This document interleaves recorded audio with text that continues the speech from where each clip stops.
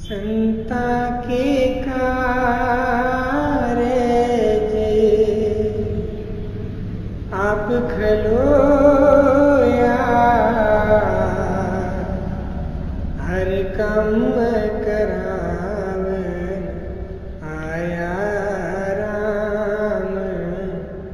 संता के कारज आप खलोया,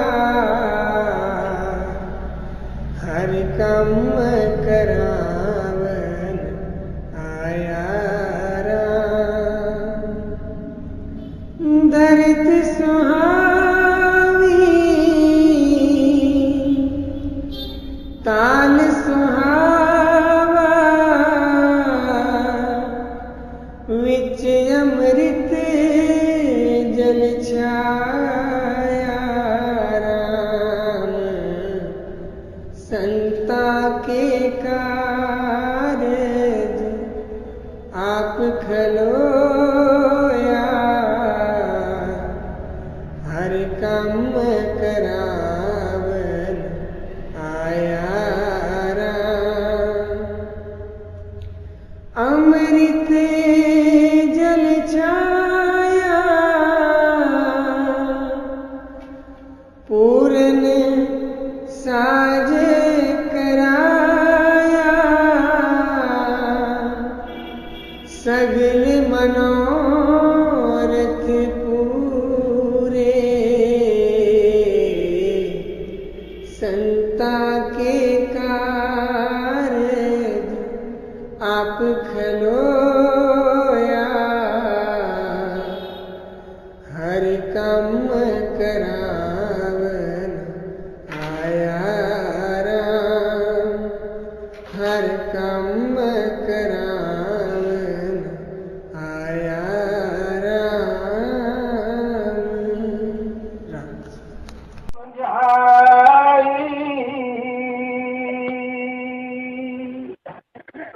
कोटि जतन से यह नहीं माने,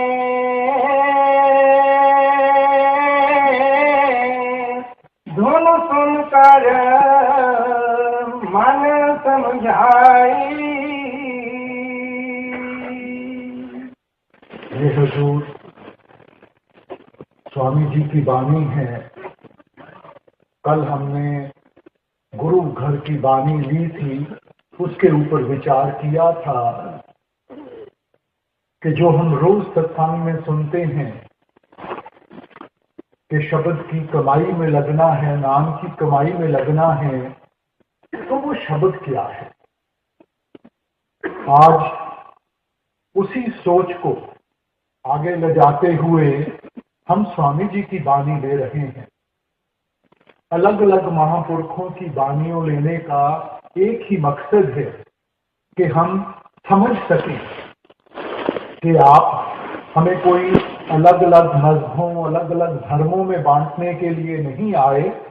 आप तो हमारे अंदर प्रेम और प्यार की भावना जागृत करने के लिए आए थे कि हम मालिक की सच्ची भक्ति के साथ लग सकें, हम उस सच के रास्ते को अपना सकें।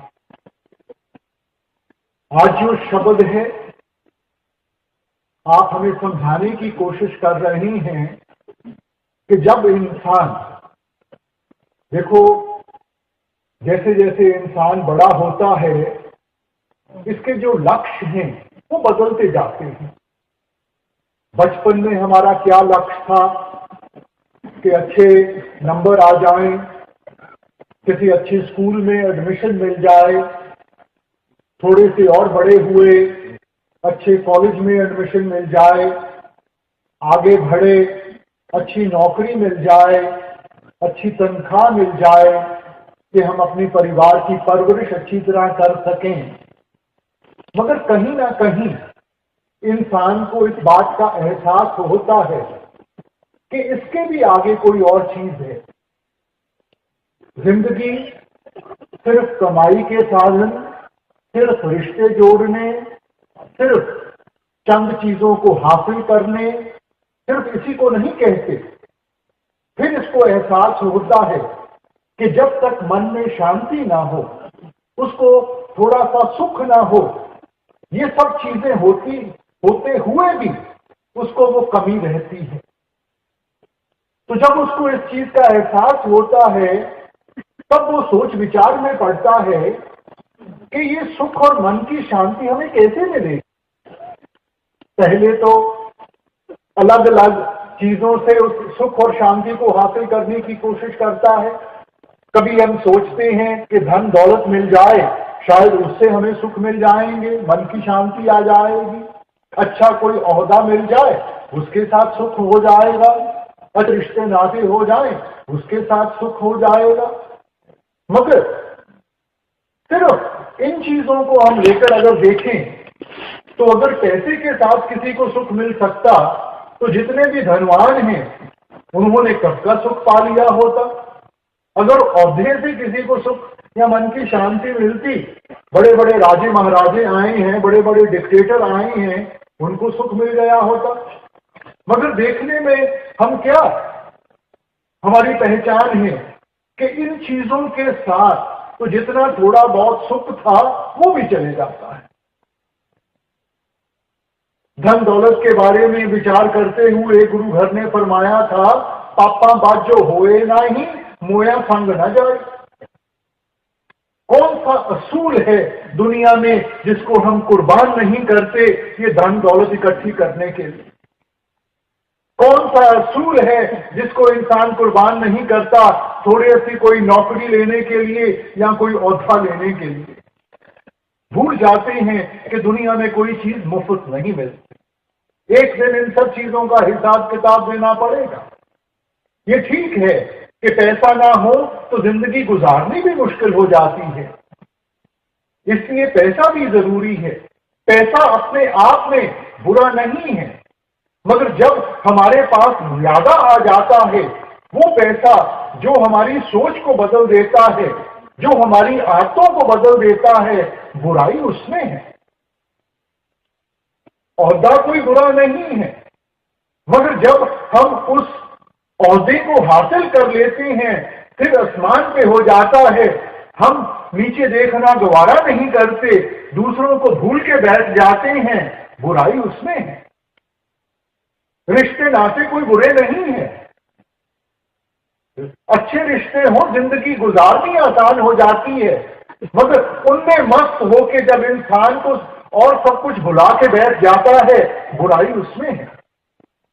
इसलिए जिंदगी में हर एक चीज का एक दायरा है, हमने उस दायरे की पहचान करनी है। उस दायरे से ज्यादा हासिल करने की कोशिश करेंगे तो हमें दुख ही मिलेगा, कोई सुख नहीं मिलने लगा।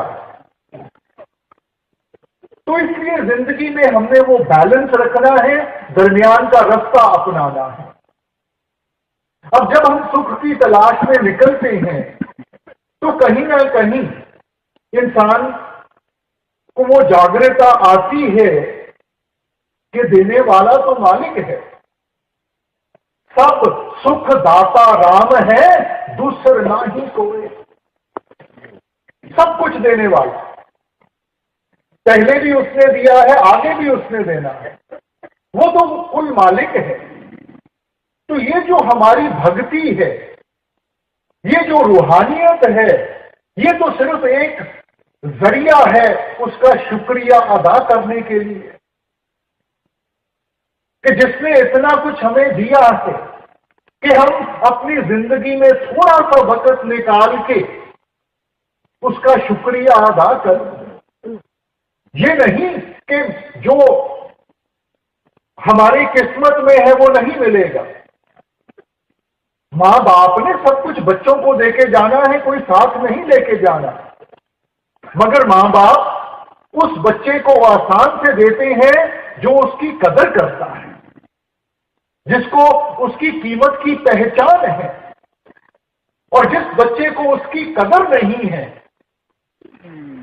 जिसका ध्यान बाहरमुखी हुआ बैठा है, उससे थोड़ा सा खींच के रखते हैं, उस इंतजार में कि इसको भी आहिस्ता आहिस्ता उस चीज की कदर पड़ जाए, देना उसको भी है।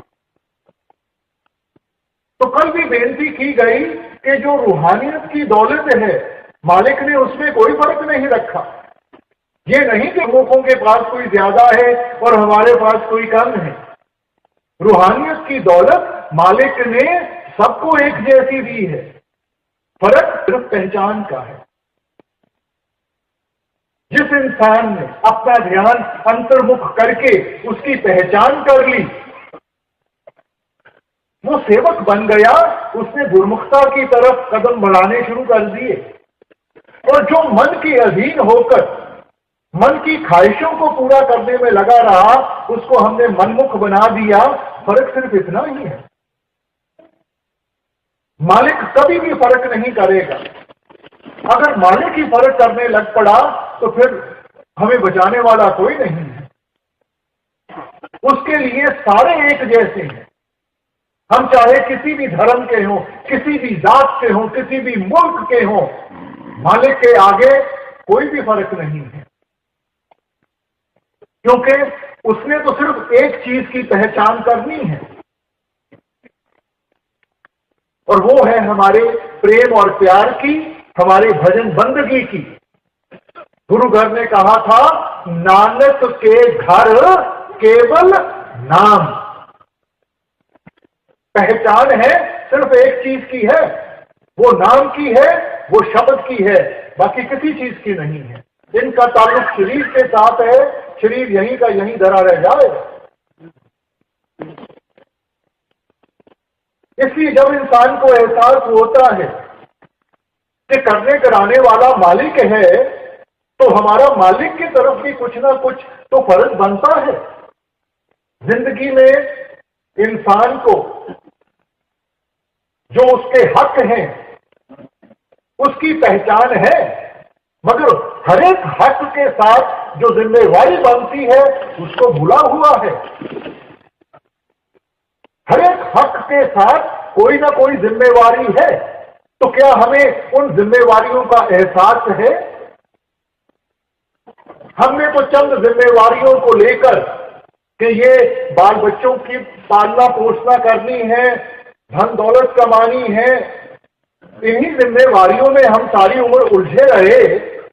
मगर जो सबसे बड़ी हमारी जिम्मेवारी है, जिसने हमें ये बाल बच्चे दिए हैं, जिन्होंने हमें ये धन दौलत दी है, इंसान उसको भूल के बैठ जाता है।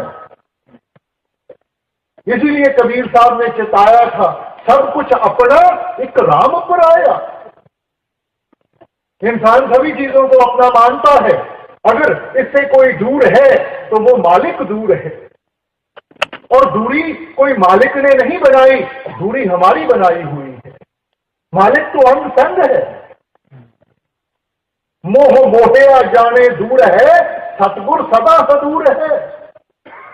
इस मोह और माया के जाल में फंसकर, क्योंकि मालिक हमें दिखाई नहीं देता, इसलिए हम सोचते हैं कि हमारी मालिक से दूरी हो गई है, हमें मेहनत करनी पड़ेगी, हमें वहां जाना पड़ेगा। हमने कहीं नहीं जाना, क्योंकि मालिक हमारे अंदर है। किसी भी संत महात्मा को ले लो, किसी भी ग्रंथ पोथी को ले लो, हर एक ने इशारा अंदर की तरफ किया है। वेदों शास्त्रों ने इस देही को नर नारायणी देही कह के बयान किया है कि वो देही जिसमें नारायण खुद निवास सकता है। गुरु साहिबान ने फरमाया था, हरि मंदिर ये शरीर है, ज्ञान रतन प्रगट होए। हरि का सच्चा मंदिर, उसका सच्चा द्वारा कहीं बाहर नहीं है, वो हमारे अंदर है। और जब हम अंतर्मुख होंगे तब हमारे अंदर वो जागृता आएगी, तब हमें वो सच्चा ज्ञान हासिल हुआ जिसके साथ हम उसकी पहचान कर सकें और हम उसकी सच्ची भक्ति में लग सकें। ईसाई धर्म में भी क्राइस्ट फरमाया था, ye are the temple of the living God, कि आप खुद उस परमात्मा के जीते जागते मंदिर हो। मगर क्या इंसान अंदर से उसकी तलाश करता है कि बाहर मुखी हुआ रहता है? जो चीज बाहर है नहीं, तो वो हमें मिलेगी कहां से? इसलिए आपने समझाया सब कुछ घर में, बाहर नहीं, बाहर टूंडे सो परम बुलाई। सब कुछ घर में, सब कुछ आपके अंदर है। वस्तु कहीं ढूंढे कहीं। अगर आपके घर में कोई चीज खोई हो तो जब तक अपने घर में नहीं तलाश करोगे वो आपको कैसे हासिल होगी, कैसे मिलेगी? इंसान तो इतना बाहरमुखी हुआ बैठा है, बाहर के साधन अपनाए हुए हैं, बाहर के तौर तरीके अपनाए हुए हैं, मगर उनके साथ मन को झूठी तसल्ली मिल जाती है, मालिक की प्राप्ति नहीं होती, मुक्ति नहीं मिलती। इसलिए जरूरी है कि मन की झूठी तसल्ली को छोड़ के, इस मन को काबू करके हम इसको सच के रास्ते पे लेके आए, उस सच की कमाई में इसको लगा। अब जब इंसान रूहानियत के रास्ते के ऊपर चलने की कोशिश करता है, सबसे बड़ी मुश्किलात इसको कहां से मिलती है? उस मन से मिलती है, क्योंकि मन आदत से मजबूर है। जैसी हमने मन को आदतें डाली हुई हैं, मन वैसे ही चलता है। इस वक्त मन का जो रुख है वो नीचे की तरफ है, बाहर की तरफ है। ये हमारे ध्यान को हर वक्त नीचे की तरफ खींच रहा है और बाहर की तरफ ले जाने की कोशिश कर रहा है। जब हम परमार्थ में आते हैं तो संत जन हमें समझाते हैं कि भाई एक इस ख्याल को जो सारी दुनिया में फैला हुआ है, हमने इसको एकाग्र करना है और ऊपर की तरफ लेके जाना है और यहाँ आंखों के पीछे टकाना है। जब हम साधु संतों को देखते हैं कि आपने यहाँ तिलक लगाया हुआ है, हमने क्या कभी विचार किया है कि इसका मकसद क्या है? सिर्फ तिलक लगाने से, भगवे कपड़े पहनने से कोई साधु संत नहीं बन जाता। मत है कि हमारा ख्याल यहाँ रहना चाहिए। बहनें जो बिंदी लगाती हैं यहाँ पे, हमें मालूम है कि उसका मकसद क्या है। आजकल तो फैशन के लिए लगाती हैं, पहले जमाने में ये सुहाग की निशानी थी, सिर्फ सुहागन बिंदी लगाती थी। और अगर ये आत्मा रूपी उस परमात्मा रूपी कदमों में चली जाए, वो परमात्मा जो आवागमन के चक्कर से ऊपर है, जो इस 84 के जेल खाने से कहीं ऊपर निकल गया है, तो तब इसका सुहाग कभी नहीं उजड़ सकता। पहले जमानों में अगर औरत विधवा बन जाती थी तो उसको बड़े दुख सहने पड़ते थे, मोहताज हो जाती थी सारों के ऊपर। तो इसलिए आपने हमें समझाया कि जब हम ऐसे ये आत्मा रूपी स्त्री उस पति रूपी परमेश्वर के कदमों में जाएगी जो जन्म और मरण से कहीं ऊपर है, इसका सुहाग कभी नहीं उजड़ेगा। इसको किसी के आगे मोहताज नहीं होना पड़ेगा। फिर सच्चे सदा सुहागण। मगर ये अवस्था कैसे बनेगी? जब हम इस मन को काबू करेंगे। देखो, आप किसी गाड़ी में बैठे हो, गाड़ी का जो स्टीयरिंग व्हील है किसी और के हाथ में हो, आप जितना मर्जी चाहो आप तो सिर्फ फरियाद कर सकते हो। अब ये तो उसकी मर्जी है कि सिर्फ गाड़ी को मोड़ के ले जाता है। तो जब तक स्टीयरिंग व्हील हमारे हाथ में ना हो तो हम चाहते हुए भी, जानते हुए भी, देखो अपने आप को कितना मजबूर पाते हैं। तो क्या ये मन हमारे काबू में है? मन की क्या अवस्था है? ए मन मैला अंधा है किस आंख सुनावा। ऐसे इस कर्म कांड में फंस गया है कि अपनी असलियत को भूल के बैठ गया है। और ये मैल कोई सिर्फ अब की नहीं है, जन्म जन्म की इस मन को मन लागी काला होया क्या। पता नहीं कितने जन्मों के ये कर्म इकट्ठे किए हुए हैं। देखो, घर में कोई बर्तन हो जिसमें रोज हम खाना बनाते हो, आहिस्ता आहिस्ता, और उसको बर्तन को कभी हम साफ ना करें तो क्या होगा?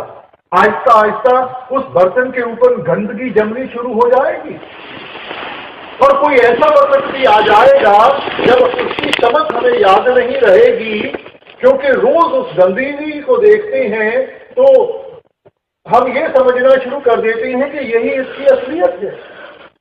मगर फिर कोई हमारे पहचान वाला आता है, हमें समझाता है कि भाई ये बर्तन इतना गंदा है, इसको कभी साफ भी कर लिया करो।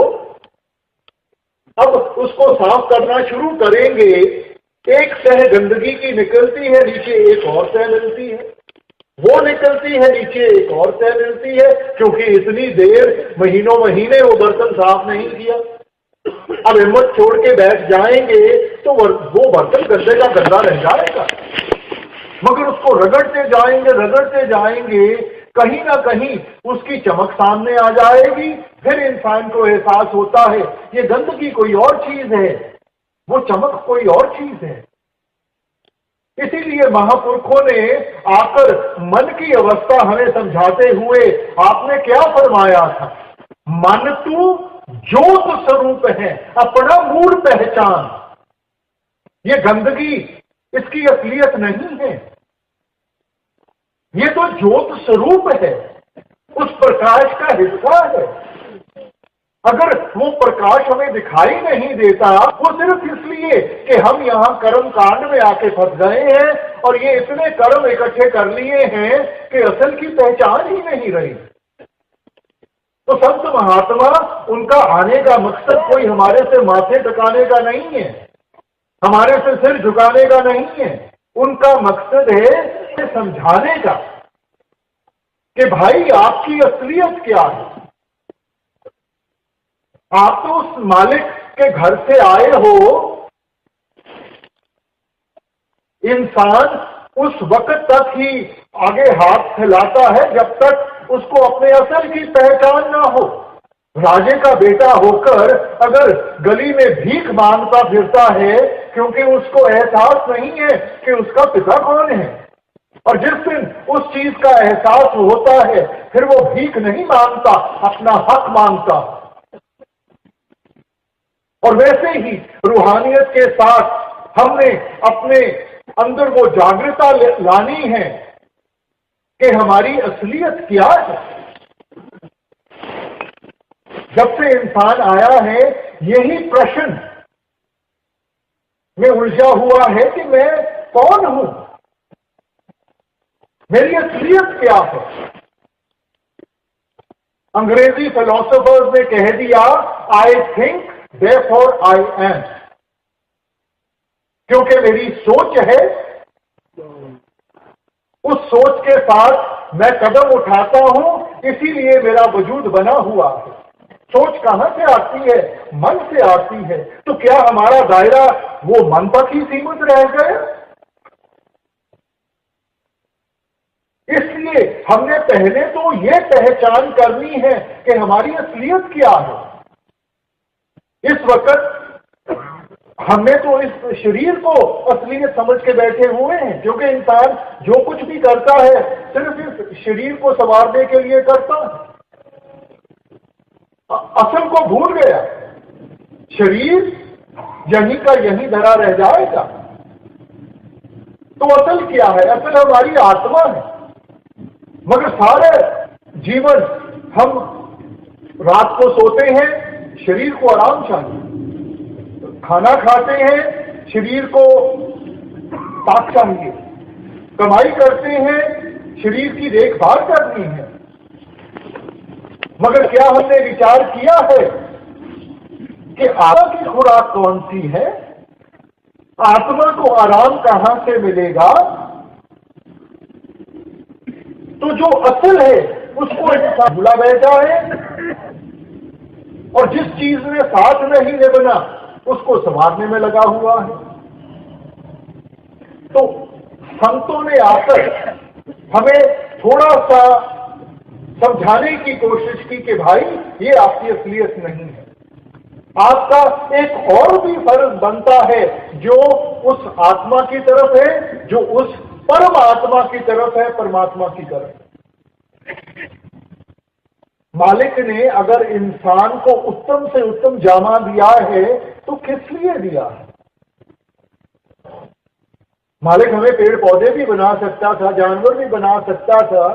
हमारे और निचली जूनियों में क्या फर्क है कि मालिक ने इंसान को विवेक की ताकत दी है, वो सेंस ऑफ डिस्क्रिमिनेशन दिया है। आपने फरमाया था 184 जून सबाई मानस को प्रभ दी वडियाई, इस पौड़ी से जो नर चूके सो आए जाए दुख पाएगा। 84 लाख जूनियां बनाकर इनको 2 हिस्सों में बांट दिया गया। एक कर्म जूनी है, दूसरी भोग जूनी है। जो इंसान की जूनी है वो कर्म जूनी है, बाकी जितनी भी जूनियां हैं वो भोग जूनियां हैं, भुगतान दे रही हैं। मालिक की बख्शिश हो, इन कर्मों के दायरे से आगे बढ़ सकें, कर्म जूनी में पहुंच जाते हैं। मगर कर्म जूनी का मकसद क्या है? वो चेतावनी देते हैं, इस पौधे जो न चूके। उदाहरण देकर कि देखो एक सीढ़ी है, मान लिया जाए उसके 84 लाख स्टेप्स हैं, चढ़ते गए आखिरी स्टेप पे पहुंच गए हैं। थोड़ी सी मेहनत की, भक्ति की, सदा के लिए सीढ़ी से छुटकारा मिल गया। मगर आखिरी स्टेप पे भी आकर अगर हमारा पैर फिसल गया, पता नहीं कहां जाके जन्म मिलेगा, कहां जाके सहारा मिलेगा, उस अवस्था में मालिक की भक्ति का मौका मिले ना मिले। इस पौड़ी पे जो न चूके सो आए जाए दुख पाएगा। बार बार आना पड़ेगा, बार बार दुख और मुसीबतों से गुजरना पड़ेगा। इसलिए क्या मकसद है इस जीवन का? यही संत महात्मा आकर हमें समझाने की कोशिश करते हैं कि भाई परापत मानुख दे हरिया, गोविंद मिलन की यह तेरी वरिया, अवर काज तेरे किते न काम, मिल साध संगत भज केवल नाम। भाई परापत मानुख दे हरिया कि इंसान का जामा मिला है, किस लिए मिला? गोविंद मिलन की यह तेरी वरिया, ये जो बारी है मालिक की प्राप्ति के, उसकी भक्ति के लिए ली गई है। अगर काज तेरे कितने ना काम, जिन चीजों में हम फंसे हुए हैं उन्होंने लेके नहीं लगना, वो यहीं की यहीं धरी रह जाएंगी। ये सारे औहदे, ये धन दौलत, ये रिश्ते नाते यहीं के यहीं धरे रह जाएंगे। इनका ताल्लुक शरीर के साथ है, शरीर यहीं रह जाएगा। और किस कार्य की तरफ ध्यान देते हैं? मिल साध संगत भज केवल नाम। वो नाम की कमाई, शब्द की कमाई। मगर इंसान पहले तो आलसी है और फिर आहिस्ता आहिस्ता फिर उन्हीं पुरानी आदतों में जाके फंस जाता है। इसीलिए स्वामी जी ने आकर अपनी वाणी के साथ हमें बार बार चेतावनी दी, प्रेम और प्यार से समझाने की कोशिश की कि भाई समझने की कोशिश करो, ये मन हमारा असल नहीं है, ये शरीर हमारा असल नहीं है। हमारी असलियत उस आत्मा के साथ जुड़ी हुई है, और जब तक हम अंतर्मुख होके उसकी पहचान नहीं करेंगे, हम कभी भी इस जीवन को संवार नहीं सकेंगे, इस जीवन को सफल नहीं बना सकेंगे। अब मन हमारा देखो कितना चंचल है। मन खिन खिन भरम भरम बहुधावे, तिल घर नाही वासा पावे। कभी भी एक जगह पे टिकता नहीं है, कभी एक इच्छा तो कल को दूसरी इच्छा, और सारी उम्र गुजर जाती है इसको पूरा करते करते, ये कभी पूरी नहीं हो सकती। इसलिए इंसान इन्हीं में उलझा रहता है। तो मन को कैसे काबू करना है? तो वो स्वामी जी समझाने की कोशिश करते हैं कि सुन सुन के मन समझाओ, कोट यतन से ये नहीं माने। हम सोचते हैं कि दुनियावी चीजें हासिल करने के साथ, ये धन दौलत ओहदे हासिल करने के साथ इस मन को तृप्त आ जाएगी, इसकी जो भूख है वो मिट जाएगी। मगर आप समझाते हैं कोट यतन से ये नहीं माने, इन सब चीजों के साथ इसको तृप्त नहीं आएगी, इसको सहज नहीं आएगी। और सहज कैसे आएगी? तो आप समझाते हैं धुन सुन के मन समझा, वो धुन। अब ये धुन क्या चीज है? कल आपने गौर फरमाया उस शब्द के बारे में। ये वो धुन है जो रात दिन 24 घंटे हमारे हृदय के अंदर बज रही है। ये कोई वो धुन नहीं है जो बाजे से पैदा होती है। इसीलिए आपने इसको समझाते हुए फरमाया धुन वाजे अनहद घोड़ा मन मानिया हर रस मोरा। लफ्ज इस्तेमाल किया अनहद का, कि जो रात दिन 24 घंटे हमारे अंदर बज रही है, उस धुन को जब सुनेंगे उसकी मिठास हासिल होगी, तब ये दुनिया के रंग तमाशे फीके पड़ेंगे। इंसान जबरदस्ती करता है, जब जबरदस्ती करेगा तो रिएक्शन होगा। तो यहां परमार्थ में जबरदस्ती नहीं करनी, हमने बड़े सिस्टमैटिकली ये देखना है कि मन को कैसे हमने मालिक की भक्ति के साथ जोड़ना है। देखो छोटी बच्ची है, जैसे जैसे जवान होती है, अगर माँ बाप उसको समझाना शुरू कर दें कि बेटा तेरी आगे जाके शादी होगी, तूने दूसरे घर जाके अपना रिश्ता जोड़ना है, इसलिए माँ बाप को भूलना शुरू कर दे, वो बच्ची कभी कर नहीं पाएगी। मगर जिस वक्त उसकी शादी हो जाती है, दूसरे घर जाके उसका रिश्ता जुड़ जाता है, अपने आप माँ बाप का दर्जा कम होना शुरू हो जाता है। तो वो रिश्ता कैसे जुड़ा? पहले रिश्ता जुड़ा, फिर वो दूसरी चीजों से अपना ध्यान हटा सकी। इसीलिए हुजूर फरमाया करते थे कि अटैचमेंट कॉजेज डिटैचमेंट, कि पहले संबंध जोड़ो, जब संबंध जुड़ेगा तब हम इन सब चीजों से रिश्ता तोड़ सकेंगे।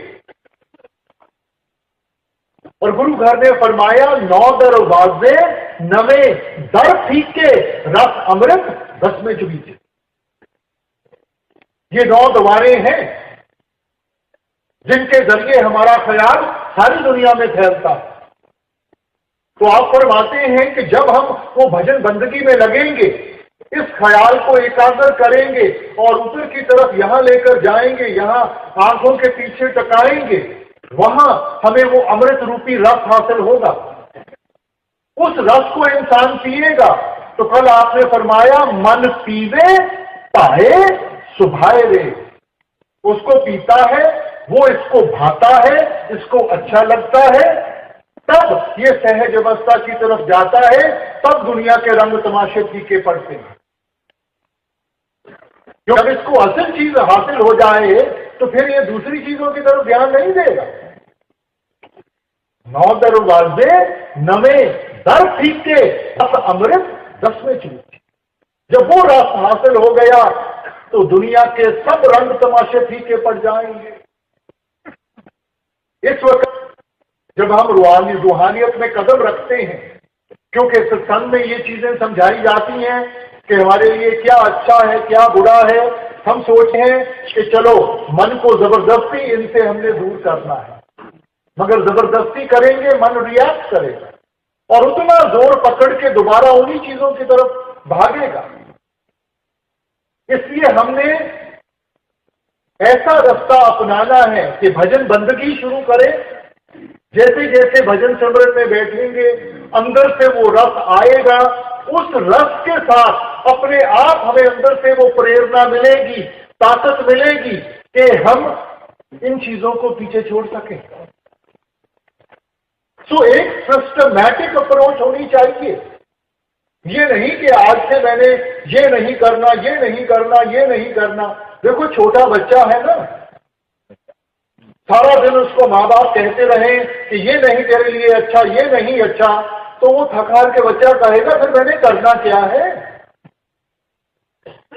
मगर सुबह उठता है, आप उसको स्कूल भेज दो, वापस आता है, थोड़ा सा वक्त खेल में गुजार ले, फिर बैठ के होमवर्क कर ले, फिर कोई हॉबी ले ले, और सारा दिन उसका ऐसे गुजर जाता है कि रात को जब बिस्तर पे लेटता है 2 मिनट में सो जाता है। तो वैसे ही हमने बड़ा पॉजिटिवली आगे चलना है और इस चीज के ऊपर ध्यान देना है कि हमने क्या करना है, और जैसे जैसे वो करेंगे रस आएगा, तभी हम मन को इन चीजों से निकाल के उस असल भक्ति के साथ जोड़ सकेंगे, जबरदस्ती से नहीं। इसलिए आपने फरमाया धुन वाजे अनहद घोड़ा मन मान्या हर रस मोरा।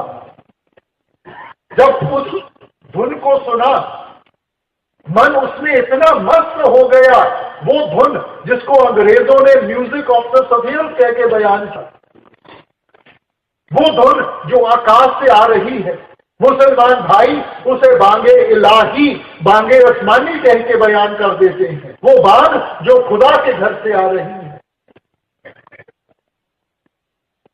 उस धुन को जब इंसान सुनेगा, तब ये मन दुनिया ऐशो इशरत को छोड़ के उस मालिक की भक्ति को अपनाने के लिए तैयार होगा। इसलिए आपने फरमाया बिन गुर शब्दे मन नहीं ठौरा। उस शब्द के बगैर इसको तृप्ति नहीं आएगी, ये हमारे काबू में नहीं आएगा, हम चाहे जितना मर्जी साधन अपना ले। इसीलिए संतों ने कहा मन जीते जग, कि जिन्होंने मन की लड़ाई जीत ली वो ही जिंदगी में सफल हो पाएंगे, और जो मन के अधीन होकर ही रह गए उनको कोई सफलता नहीं मिलेगी। और कबीर साहब भी यही सोच हमारे सामने रखते हैं, कबीर मन मरकट भया नेक न धुन पते आए, सत नाम बांधे बिना जित पावे तित जाए। कबीर मन मरकट भया नेक न धुन पते आए, उस शब्द की पहचान नहीं कर पाया, उसके साथ अपने आप को नहीं जोड़ा। सत्य नाम बांधे बिना, जब तक उस सच्चे नाम के साथ नहीं इसको बांधेंगे, जित पावे तित जाए, सारी दुनिया में भागता भरेगा, अलग अलग चीजों को हासिल करने में लगा रहेगा।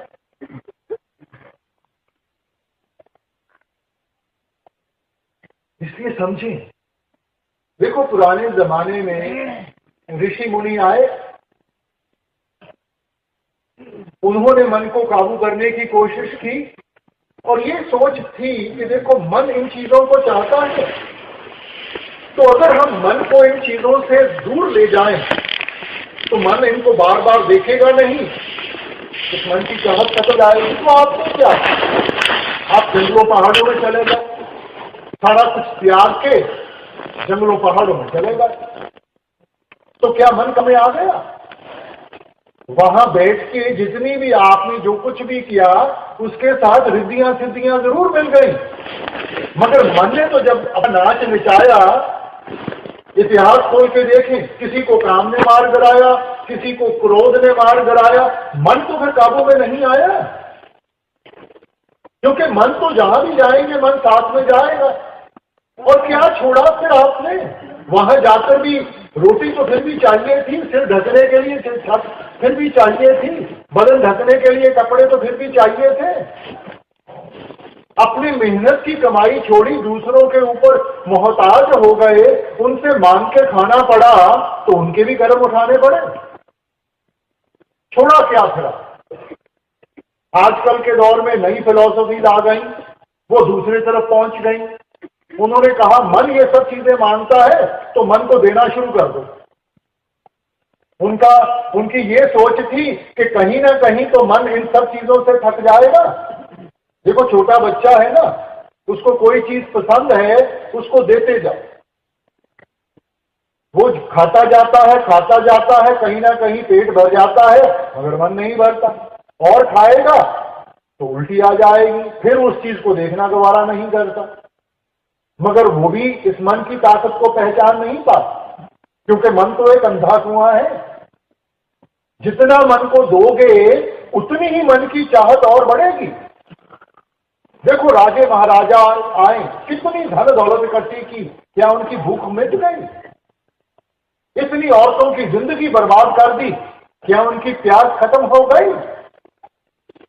बड़े बड़े डिक्टेटर आए, उन्होंने सारी हुकूमत एक मुट्ठी में बंद करने की कोशिश की, क्या उनकी भूख मिट गई? मन की तो ऐसी अवस्था है कि जितना दोगे उतने उसकी प्यास और भूख और बढ़ेगी। इसलिए आप कहते हैं ना सुख विच गृहस्थ दे, ना सुख छड़ गया। सुख है विच विचार दे, संता शरण पे आ। ना भोगी बन के और ना त्यागी बन के। भोगी बन के सोचेंगे मन काबू में आए, नहीं आएगा। त्यागी बन के सोचेंगे मन काबू में आएगा, नहीं आएगा, रिएक्शन होगा। इसलिए आप कहते हैं सुख है विच विचार दे।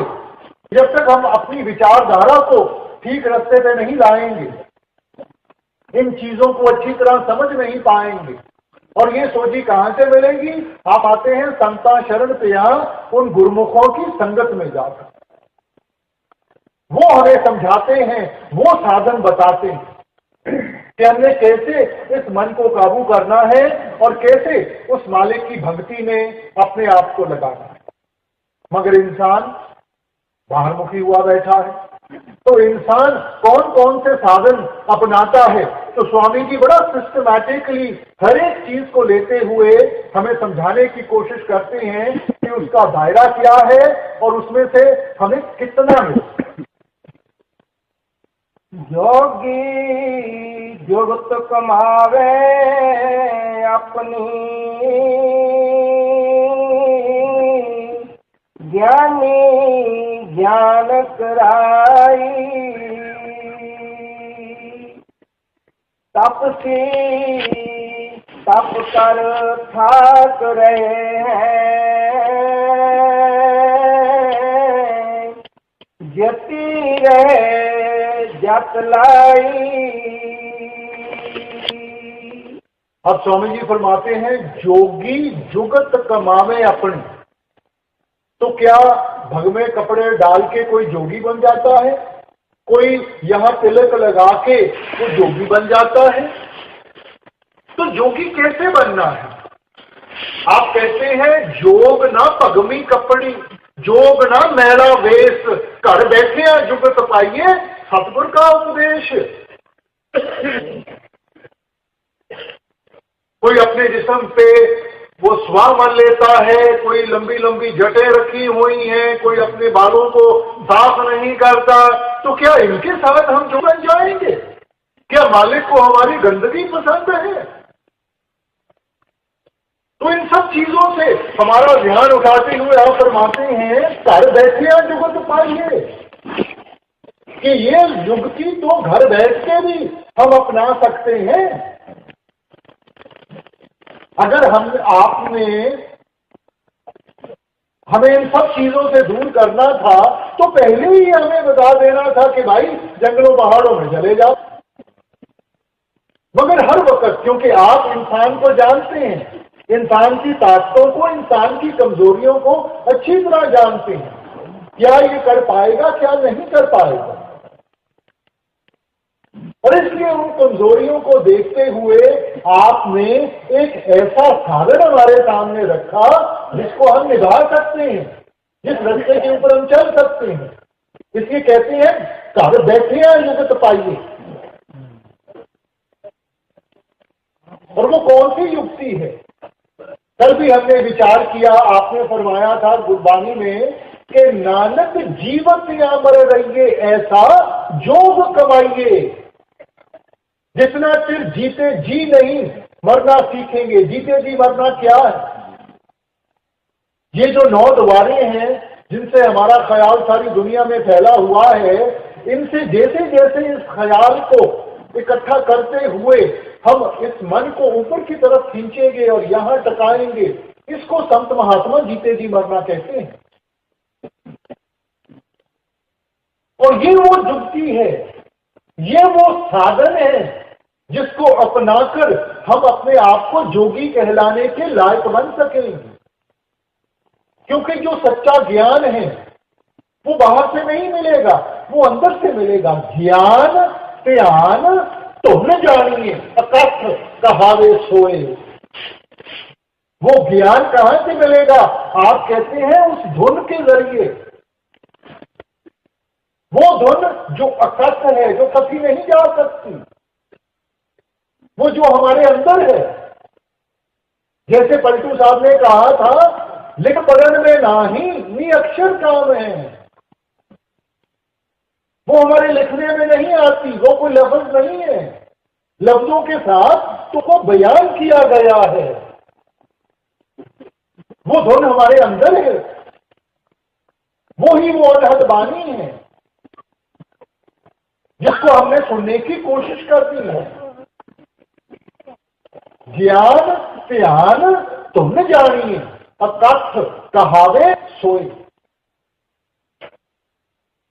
ये जो बाहर हमारी ग्रंथ पोथियां हैं, इनके साथ हमें समझाया जाता है, उसकी मेहमान आई गई है कि हमने कौन सा साधन अपनाकर अपने आप को उस धुन के साथ जोड़ना है जिसके जरिए हमें जागृता आएगी।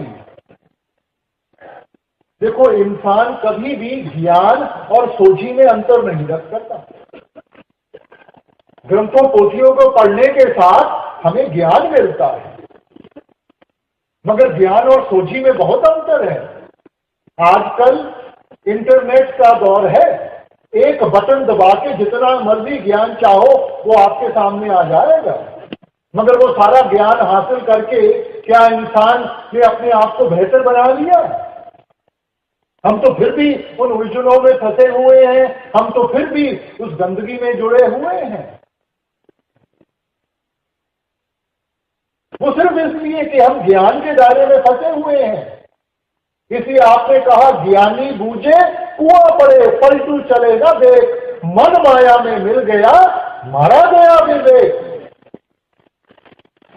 ज्ञान के साथ इतना अहंकार आ जाता है, अपने आप को गुणी ज्ञानी बना के बैठ जाते हैं, आगे पड़ा हुआ पत्थर नहीं दिखता, ठोकर लगती है और मुंह पर जाकर गिरते हैं।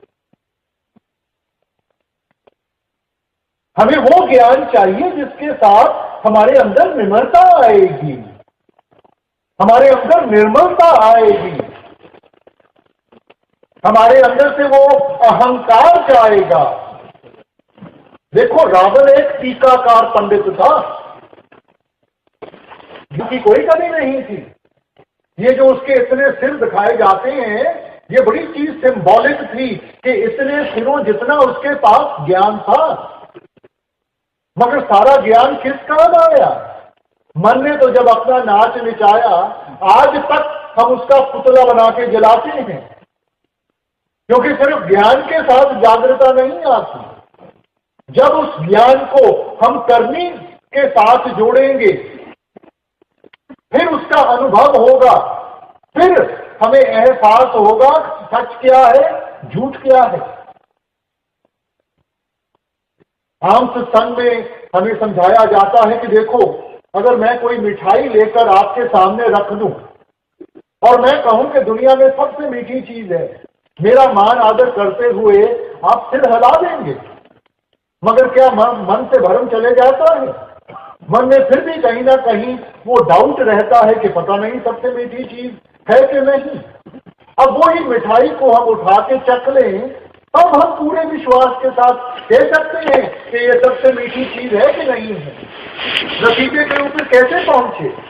जब हमने करनी का रास्ता अपनाया। इसलिए आपने फरमाया, बेबिच चाखे स्वाद ना चाहते, चखते नहीं, स्वाद नहीं पता, स्वाद नहीं पता, निभा नहीं पाएंगे, प्रेरणा कहां से मिलेगी? इसलिए ये सिर्फ बाहर के ज्ञान की बात नहीं है। बाहर के ज्ञान से हमें पता चलता है कि हमने क्या करना है। जब उसको करेंगे, उसका अनुभव होगा, तब हमारी विश्वास की नींव बनेगी। ये जो हम सोचते हैं कि जी ठीक है, मैंने सत्संग सुन लिया, मैंने किताबें पढ़ ली और इसके साथ मेरे को समझ आ गई, नहीं आएगी, मन डोल जाएगा। कभी भी कोई मुसीबत आई, कोई मुश्किल आई, मन वहीं का वहीं डोल जाएगा। मन में विश्वास की नींव, विश्वास की फाउंडेशन तब देगी जब आप खुद इस चीज को महसूस करोगे। इसीलिए गुरु घर ने फरमाया था, नाम में तुलना पुजाई सब डिटी ठोक बजाए।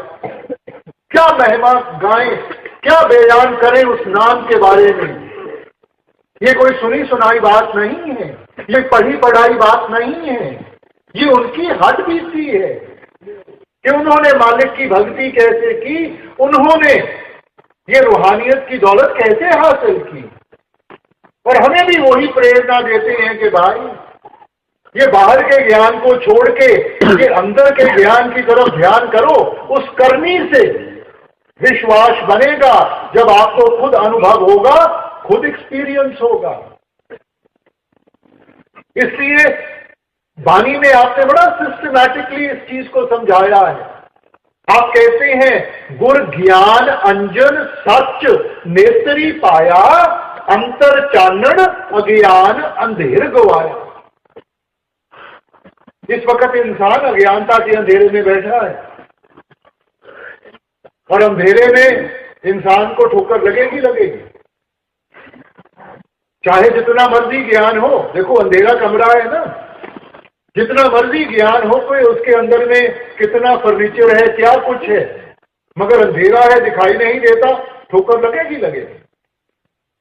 मगर अंदर जाने से पहले हमें किसी लाइट का सहारा मिल जाए, देखने की ताकत मिल जाती है, तब हम अपना बचाव कर सकते हैं। तो आप समझाते हैं कि वैसे जब हम ये अमृत रूपी नाम का सुरमा इन आंखों में डालेंगे, तब इन आंखों की रोशनी बढ़ेगी, तब अंदर में जागृता आएगी। गुर ज्ञान अंजन सच नेत्री पाया, अंतर चानन, अंदर का चानन, बाहर का नहीं, अंतर चानन अज्ञान अंधेर गवाया। देखो हमने हर एक चीज को अपने तर्जुमे में हम लेकर बाहर मुखी कर दिया। हमने प्रकाश के बारे में पढ़ा, हमने बाहर ज्योतें जलाना शुरू कर दी, हमने बाहर दिए जलाने शुरू कर दिए। हमने आवाज के बारे में पढ़ा, हमने बाहर घंटे बजाने शुरू कर दिए, हमने बाहर गीत सुनने शुरू कर दिए। अरे भाई, इशारा तो अंदर की तरफ था। अंतर ज्योत निरंतर वाणी साचे साहिब क्यों लिव लाई।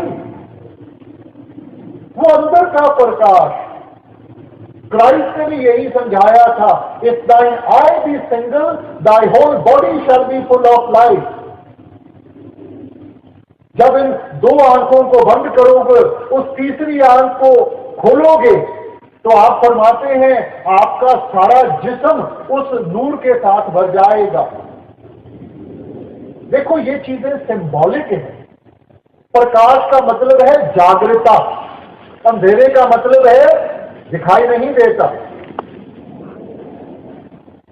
तो जागृता इंसान में कैसे आएगी? जब अंदर से प्रकाश हासिल होगा, अंदर से वो जागृता आएगी। ये बाहर दिए जलाने के साथ, ये बाहर जितने मर्जी बत्तियों का सहारा ले लें, हमारे जीवन का अंधेरा नहीं दूर हो पाएगा। और वो सच्चा ज्ञान है कहां? तो आप कहते हैं गुर ज्ञान पदार्थ नाम है, हर नामों दे छुड़ाए। सच्चा ज्ञान कौन सा है? गुर ज्ञान पदार्थ नाम है, हर नामों दे छुड़ाए। जिस प्राप्त सोले गुर चरनी लागे आए। वो किस चीज की बख्शिश करते हैं? वो नाम की। नाम ही वो ज्ञान है, नाम ही जागृत है। गुर ज्ञान पदार्थ नाम है, हर नामों देह छुड़ाई। और उस नाम की कमाई के साथ ही इस देह के बंधनों से छुटकारा मिलेगा। मगर फिर आपने अपने स्टेटमेंट को क्वालिफाई कर दिया जिस पर आपत सोलह, जिन ऊपर आपकी दया का हाथ हो वो ही कर पाएगा, नहीं तो अंधेरे में भटकते रहते हैं सारे। दुनिया में ग्रंथों पोथों की कोई कमी नहीं है, संतों महात्माओं की कोई कमी नहीं है, कमी है जागरूकता की है। इन चीजों को निभाने वालों की है। और फिर उस सोच को आगे ले जाते हुए आपने फरमाया कि वो ज्ञान कहां से मिलेगा? अंतर गुर ज्ञान हर रतन है, मुकुट करावन हारा। वो कहां है नाम? वो ज्ञान कहां है? आप कहते हैं अंतर, हमारे अंदर है। अंतर गुर ज्ञान हर रतन है, मुकुट करावन हारा। वो ज्ञान, वो रूहानियत की दौलत जिसके साथ इंसान को मुक्ति मिलेगी। नानक जिसनु नजर करे सो पावे, सो होवे दर सचियारा।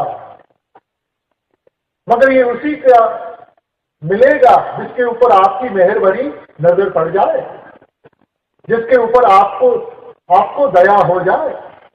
ये जो हमारी भक्ति है, ये तो उसके सामने एक अरदास है, फरियाद है। हम अपनी करनी से नहीं कुछ कर पाएंगे। अपनी करनी से तो हम सिर्फ फरियाद कर सकते हैं, बेनती कर सकते हैं कि पुलनहार बख्श बख्श। इसलिए भाई ये समझने की कोशिश करें, ये ज्ञान अंदर से मिलेगा जब हम अंतर्मुख होंगे। फिर आप कहते हैं तपती तप कर थाक रहे हैं, जति नहीं जप लाए। किसी ने अपने आप को उल्टा टांगा हुआ है, किसी ने अपने बालों को बांधा हुआ है, किसी ने कोई साधन, किसी ने कोई साधन। इसलिए कबीर साहब चेतावनी देते हैं, आप फरमाते हैं क्या जप क्या तप संजमो क्या भरत स्नान, जब लग जुगत न जाए पाओ भगत भगवान।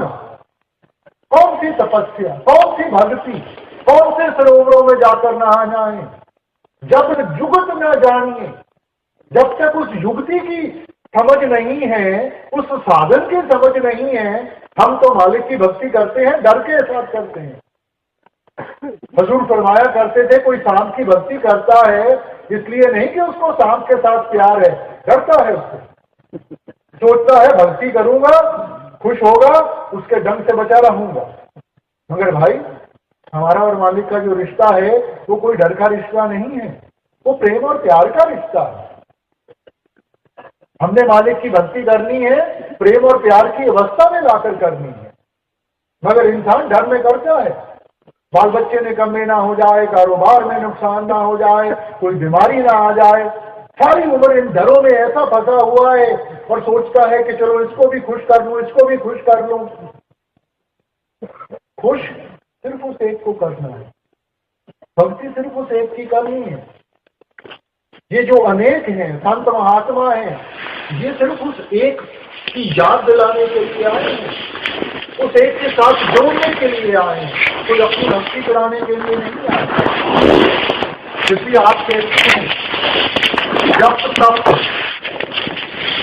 पुण्य दान, जप तप जेते सब ऊपर नाम, हर रसना जो जपे तुझ पूर्ण काम। इन सब भक्तियों से एक ऊपर भक्ति है, पुण्य दान जप तप जेते सब ऊपर नाम, हर हर रसना जो जपे। पढ़े नहीं कहा, जो जपे। जब हम उसका सिमरन करेंगे, उसकी याद अपने अंदर में बिठाएंगे, तब मन को तसल्ली होगी,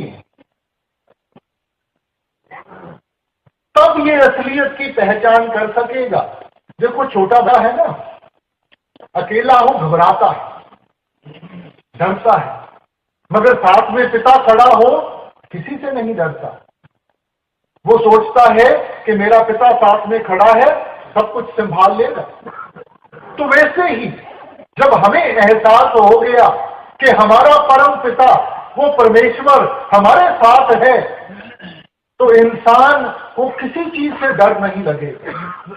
इस वक्त हम हर एक चीज से डरते हैं, कल से डरते हैं, मौत से डरते हैं, परसों क्या होगा उससे डरते हैं। और इन चीजों का डर तभी खत्म होगा जब हमारे अंदर जागृता आएगी, तब हमें पता चलेगा और ये सारे हमारे डर खत्म हो जाएंगे। मीराबाई ने भी अपना जीवन हमारे सामने रखते हुए हमें क्या समझाया था? पायो जी मैं नाम रतन धन पाया, वस्त्र अमोलक दी मेरे सतगुर, कृपा कर अपनायो, जन्म जन्म की पूंजी पाई, जग में सभी खवायो, पायो जी मैं नाम रतन धन पायो। देखो मेवाड़ की रानी थी, धन दौलत की कोई कमी नहीं थी, मगर पूरी निम्रता के साथ किस चीज की तरफ इशारा कर रही हैं? मैं नाम रतन धन पायो, वस्त्र अमोलक दी मेरे सतगुर। जो उनके गुरु थे, जो उनके मुर्शिद थे, वो नीची जात वाले थे, मगर अहंकार नहीं था अपनी जात का। पूरी निम्रता के साथ आप फरमा रही हैं, ये उन्होंने मेरे ऊपर बख्शिश की कि उन्होंने मेरे को अपना लिया, जन्म जन्म की पूंजी पाई। ये हमारी सच्ची दौलत है, ये हमारी सच्ची पूंजी है, बाहर की दौलत नहीं, ये यहीं की यहीं धरी रह जाएगी। आप उस दौलत की चर्चा कर रही हैं जो जन्म जन्म हमारे साथ में मिलेगी। पायो जी मैं नाम रतन धन पाया, इशारा उस सच्ची दौलत की तरफ है जो हमारे अंदर है। अब आगे स्वामी जी जो समझाने की कोशिश कर रहे हैं उसको बड़े ध्यान से सुनना है, क्योंकि हम फिर बाहरमुखी हो जाते हैं, बाहर की चीजों में फंस जाते हैं, और ये हमारे सत्संगियों के लिए ये तुक बहुत जरूरी है। अब देखिए क्या कह रहे हैं। ध्यानी ध्यान मानसी लावे, राधी धोखा खाई, पंडित पर वेद बखाने, विद्या बाल सब जाई। ये देखो हमारे लिए बहुत जरूरी है कि इस सुख को हम अच्छी तरह समझ सकें। स्वामी जी ने आकर क्या हमें समझाया? ध्यानी ध्यान मानसी लावे, वे भी धोखा खाएं। देखो हमने किसको इष्ट बनाना है? हमारे इष्ट बनने के लायक सिर्फ वो एक है। इसीलिए क्योंकि आप जानते थे कि आहिस्ता आहिस्ता इंसान फिर बाहरमुखी साधनों में जाकर फंस जाएगा, इसलिए इस पहलू के ऊपर आपने एक पूरा शब्द लिखा है, क्योंकि जानते थे कि हम फिर भटक जाएंगे। तो आप कहते हैं गुरु मोहे अपना को दिखाओ। अब अगर गुरु सामने बैठा है तो ये फरियाद करने की क्यों जरूरत पड़ी कि गुरु मोहे अपना रूप दिखाओ? आगे समझाते हैं, ये तो रूप धरा तुम सरगुण जीव उद्धार कराओ। ये सरगुण स्वरूप है, हमारा उद्धार करने की धारा है। रूप तुम्हारा अदम अपारा सोई अवसर खाओ, कि जो असल स्वरूप है वो इन चीजों से कहीं ऊपर है। अब उसके दर्शनों का दीदार बख्श दो। देखो वाणी में भी जब हम पढ़ते हैं दर्शन पेटत पाप सब नाशे, ये बाहर के दर्शन नहीं है, ये अंदर के दर्शन है। जब अंदर जाकर ये मन वो सच्चे दर्शन करेगा तो उनमें ये इतना मग्न और मस्त हो जाएगा कि इसको सब कुछ भूल जाता है। जो भी इसके ऊपर प्रभाव पड़े हुए हैं सबका सफाया हो जाएगा। मगर वो अंदर ले दर्शन है, बाहर के दर्शन नहीं है। क्योंकि अगर सिर्फ बाहरले दर्शनों का जिक्र होता तो फिर वही चीज मन में आती है कि किसका दर्शन। संतों महात्माओं की तो कोई कमी नहीं है ना, तो मन में वही बात, भाई किसका दर्शन करना है। देखो ये जो जिस्म है, क्या ये बदलता है कि नहीं बदलता? जवानी से बुढ़ापे में जाएगा कि नहीं जाएगा? जो चीज बदलती है वो माया रूपी है। माया किसको कहते हैं? आए जाए सो माया। और अगर ये जिस्म बदलता है तो ये भी माया रूपी है। अगर माया रूपी है तो हमारी भक्ति के काबिल नहीं है। मगर जिस्म की क्या महत्वता है? तो आप कहते हैं ये भी रूप प्यारा मोको, इस ही से उसको दर्शाओ। ये एक जरिया है, क्योंकि जब तक हम किसी चीज के ऊपर फोकस ना करें तो ध्यान में एकाग्रता कैसे आएगी? तो ये एक जरिया है।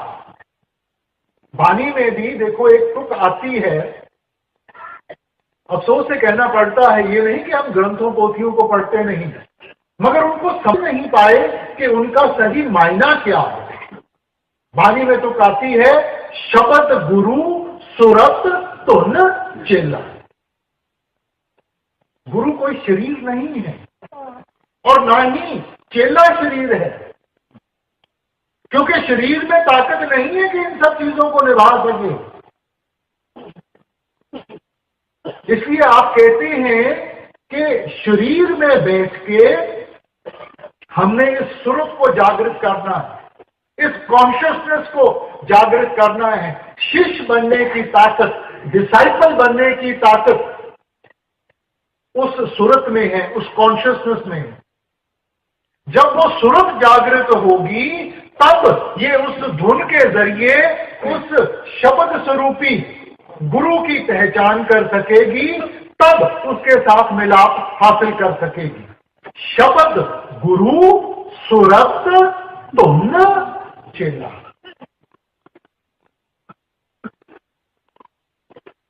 कोई कसर नहीं छोड़ी समझाने की। शरीर सिर्फ एक जरिया है, शरीर धारा है, क्योंकि उदाहरण बन के आए हैं कि अपने उदाहरण के जरिए समझा सके, दिखा सके। अब प्रॉब्लम मुश्किल कहां आती है?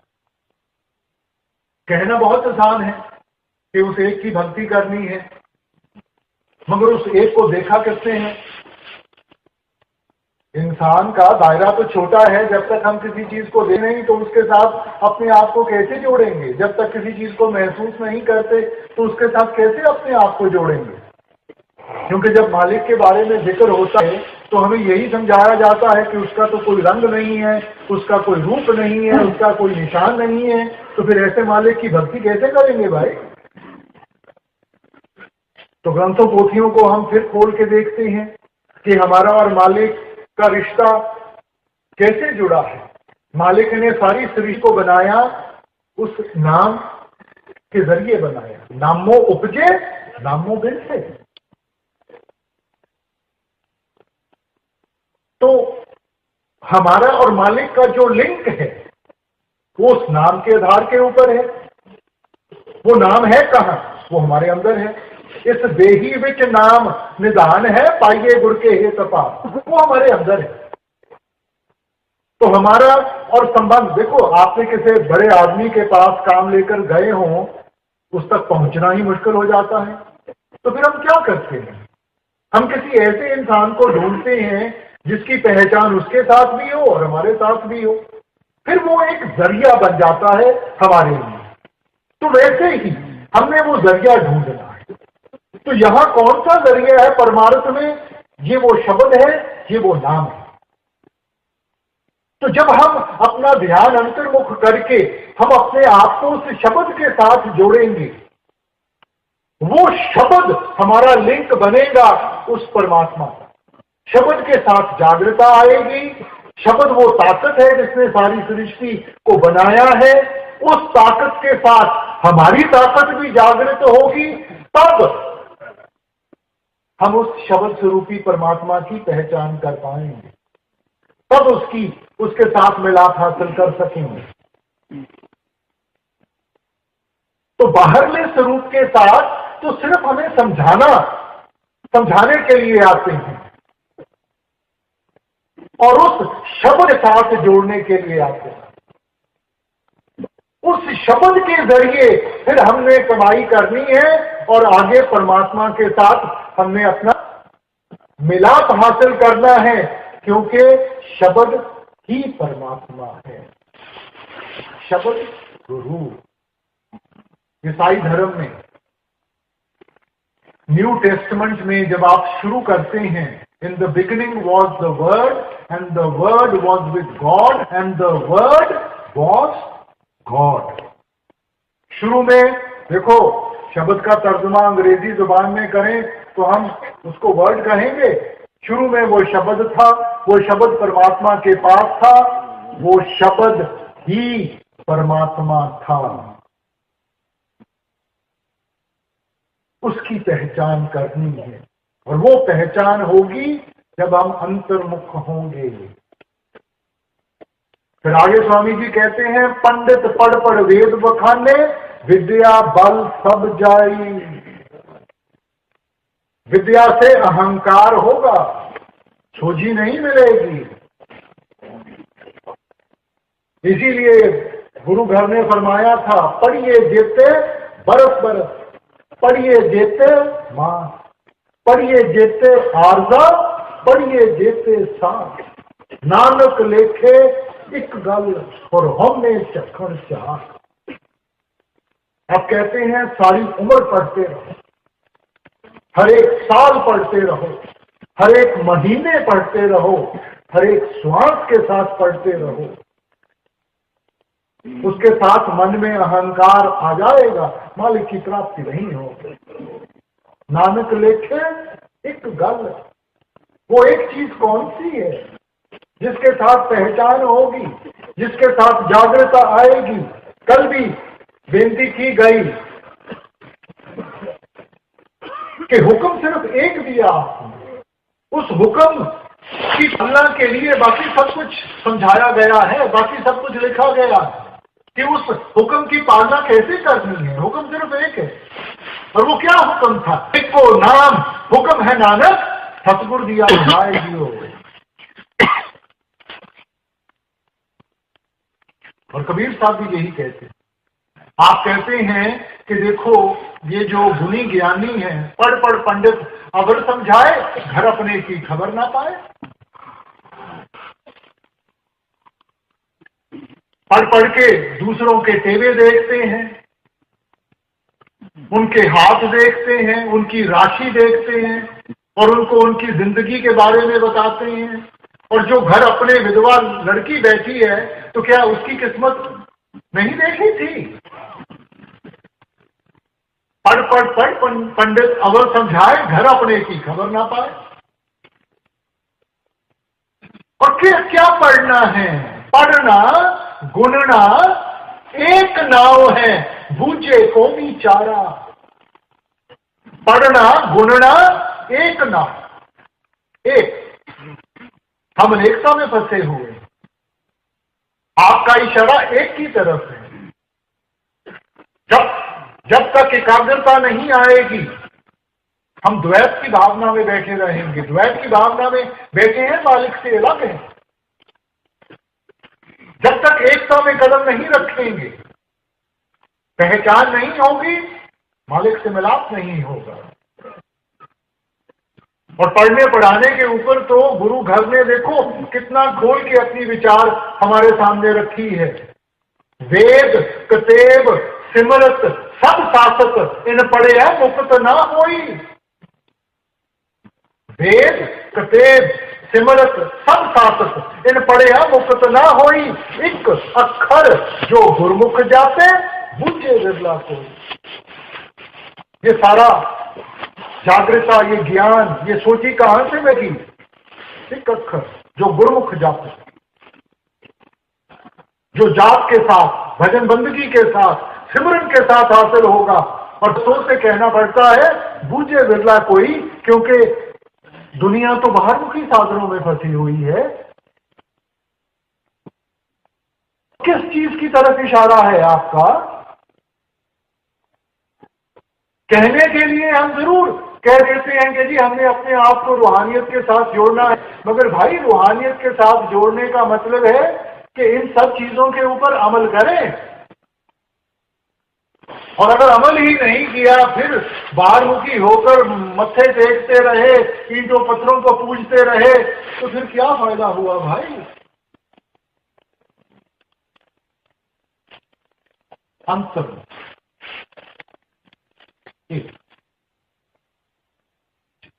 बुद्धि चतुरता काम न आवे,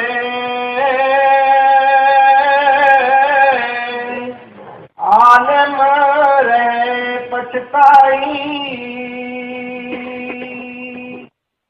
और अमल का दखल नहीं है, अमल शब्द लौलाई। अब स्वामी जी चेतावनी देते हैं कि बुद्ध चतुरता काम ना आवे, कि जब मालिक के पास पहुंचेंगे वहां किसी ने आप इन चीजों की परख नहीं करनी, क्योंकि मालिक के दरबार में वहां सिर्फ वो एक चीज देखी जानी है, आपकी प्रेम और प्यार की भावना, और किसी चीज की परख नहीं होनी। इसलिए पांचवी पातशाही ने कहा था, ना को मूर्ख नहीं सियाना, वरते सब कुछ तेरा पाना। इन चीजों की परख नहीं होनी कि ये आदमी बहुत सादा है, या ये पढ़ा लिखा है, ये आलिम फाजिल है, कोई फर्क नहीं है। फर्क आपके प्रेम और प्यार की भावना का है। हम चाहे अमीर हो, गरीब हो, जिस मर्जी देश के हों, जब तक प्रेम और प्यार की भावना नहीं जागृत हो। देखो, जब संत महात्मा हमारे दरमियान आते हैं तो उदाहरण के जरिए अलग अलग पहलू हमारे सामने पेश करते हैं। तो साईं बुल्ले शाह के जिंदगी की कहानी है कि जब आप आलम फाजिल थे, बहुत पढ़े लिखे थे, और वैसे भी सैयद थे। सैयदों का ताल्लुक मोहम्मद साहब के घर के साथ है, मगर सारे इस ज्ञान के साथ मन की शांति नहीं मिली।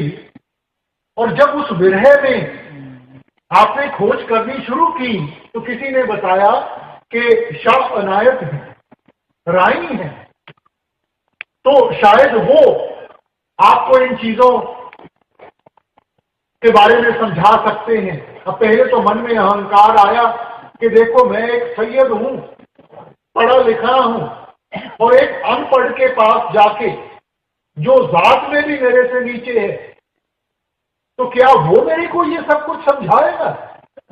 मगर जब मन की तड़प पूरी नहीं हुई तो एक दिन आप शाह अनायत के पास पहुंचे और आपने उस खुदा की बंदगी के बारे में आपने प्रश्न किया। तो शाह अनायत उस वक्त पनीरी लगा रहे थे, तो आपने बहुत सादे तरीके से कोई लंबी चौड़ी वार्तालाप नहीं शुरू कर दी, बड़े सीधे तरीके से कहा, बुलिया ढबदा की पाप, इधरों पुटना इधर लावना। देखो कितने आसान तरीके कि दुनिया से निकाल के ध्यान को मालिक की भक्ति के साथ जोड़ोगे, तब आहिस्ता आहिस्ता वो प्रेम और प्यार जागृत होगा।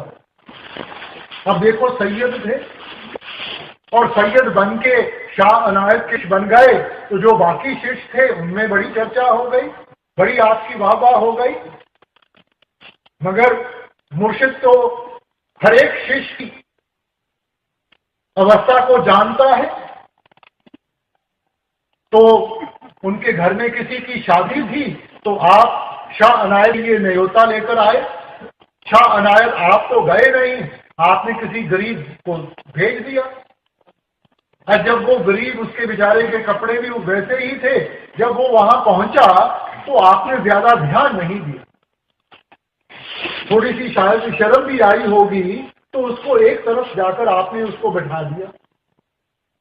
अब जब शादी खत्म हुई और वो वापस आया, उसने शाह अनायत को सारी बात बताई, तो शाह अनायत ने बुल्ले शाह से अपना मुंह मोड़ दिया अब जब मुर्शिद शिष्य से मुंह मोड़ ले, ये तो जो असल शिष्य है वो ही समझ सकता है कि उस वक्त उसका क्या हाल हो। तड़फा, क्या कुछ नहीं किया आपने अपने मुर्शिद के दर्शन करने के लिए, और अंत में एक कंजरी का वेश धार के आपके सामने नाचना शुरू कर दिया। और जब शाह अनायत ने पूछा कि भाई तू बुल्ला है, तो आप कहते हैं नहीं साईं मैं तो भुल्ला हाँ, बख्श ले बख्श ले।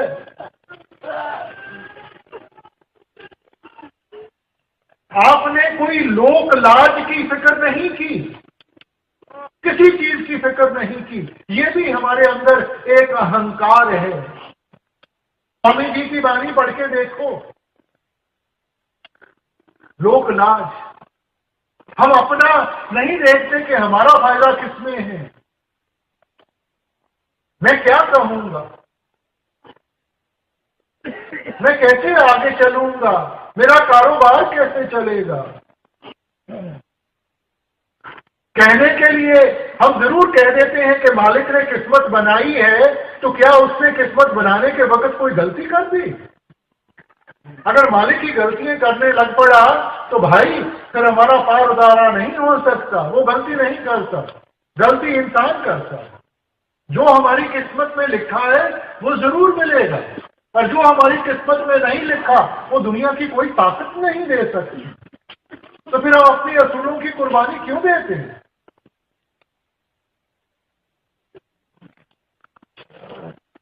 हमने तो उस लक्ष्य को आगे रख के पूरे विश्वास के साथ आगे बढ़ना है।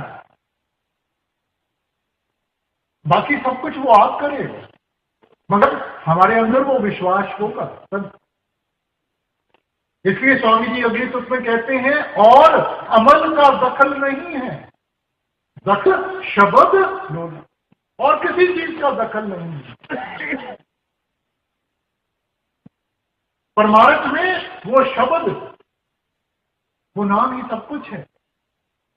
देखो वाणी में भी आपने क्या फरमाया था, पूजा कीजिए नाम से आइए, बिन नामे पूज ना हो गई, बिन नामे पूज ना हो।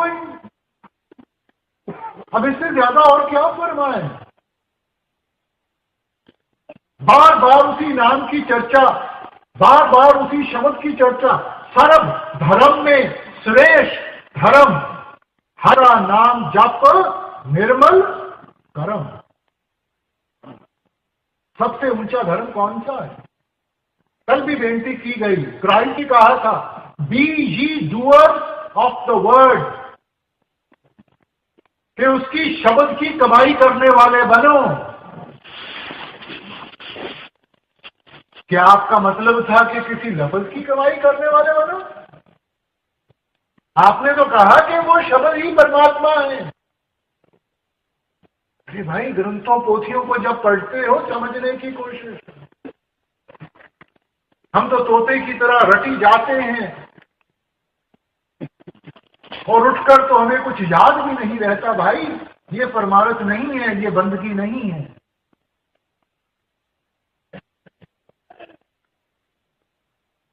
इसलिए समझें कि सारी लोक लाज, सब अहंकार, ये सब चीजों को छोड़कर हमने उस एक के साथ रिश्ता जोड़ना है, उस शब्द की कमाई में लगना है।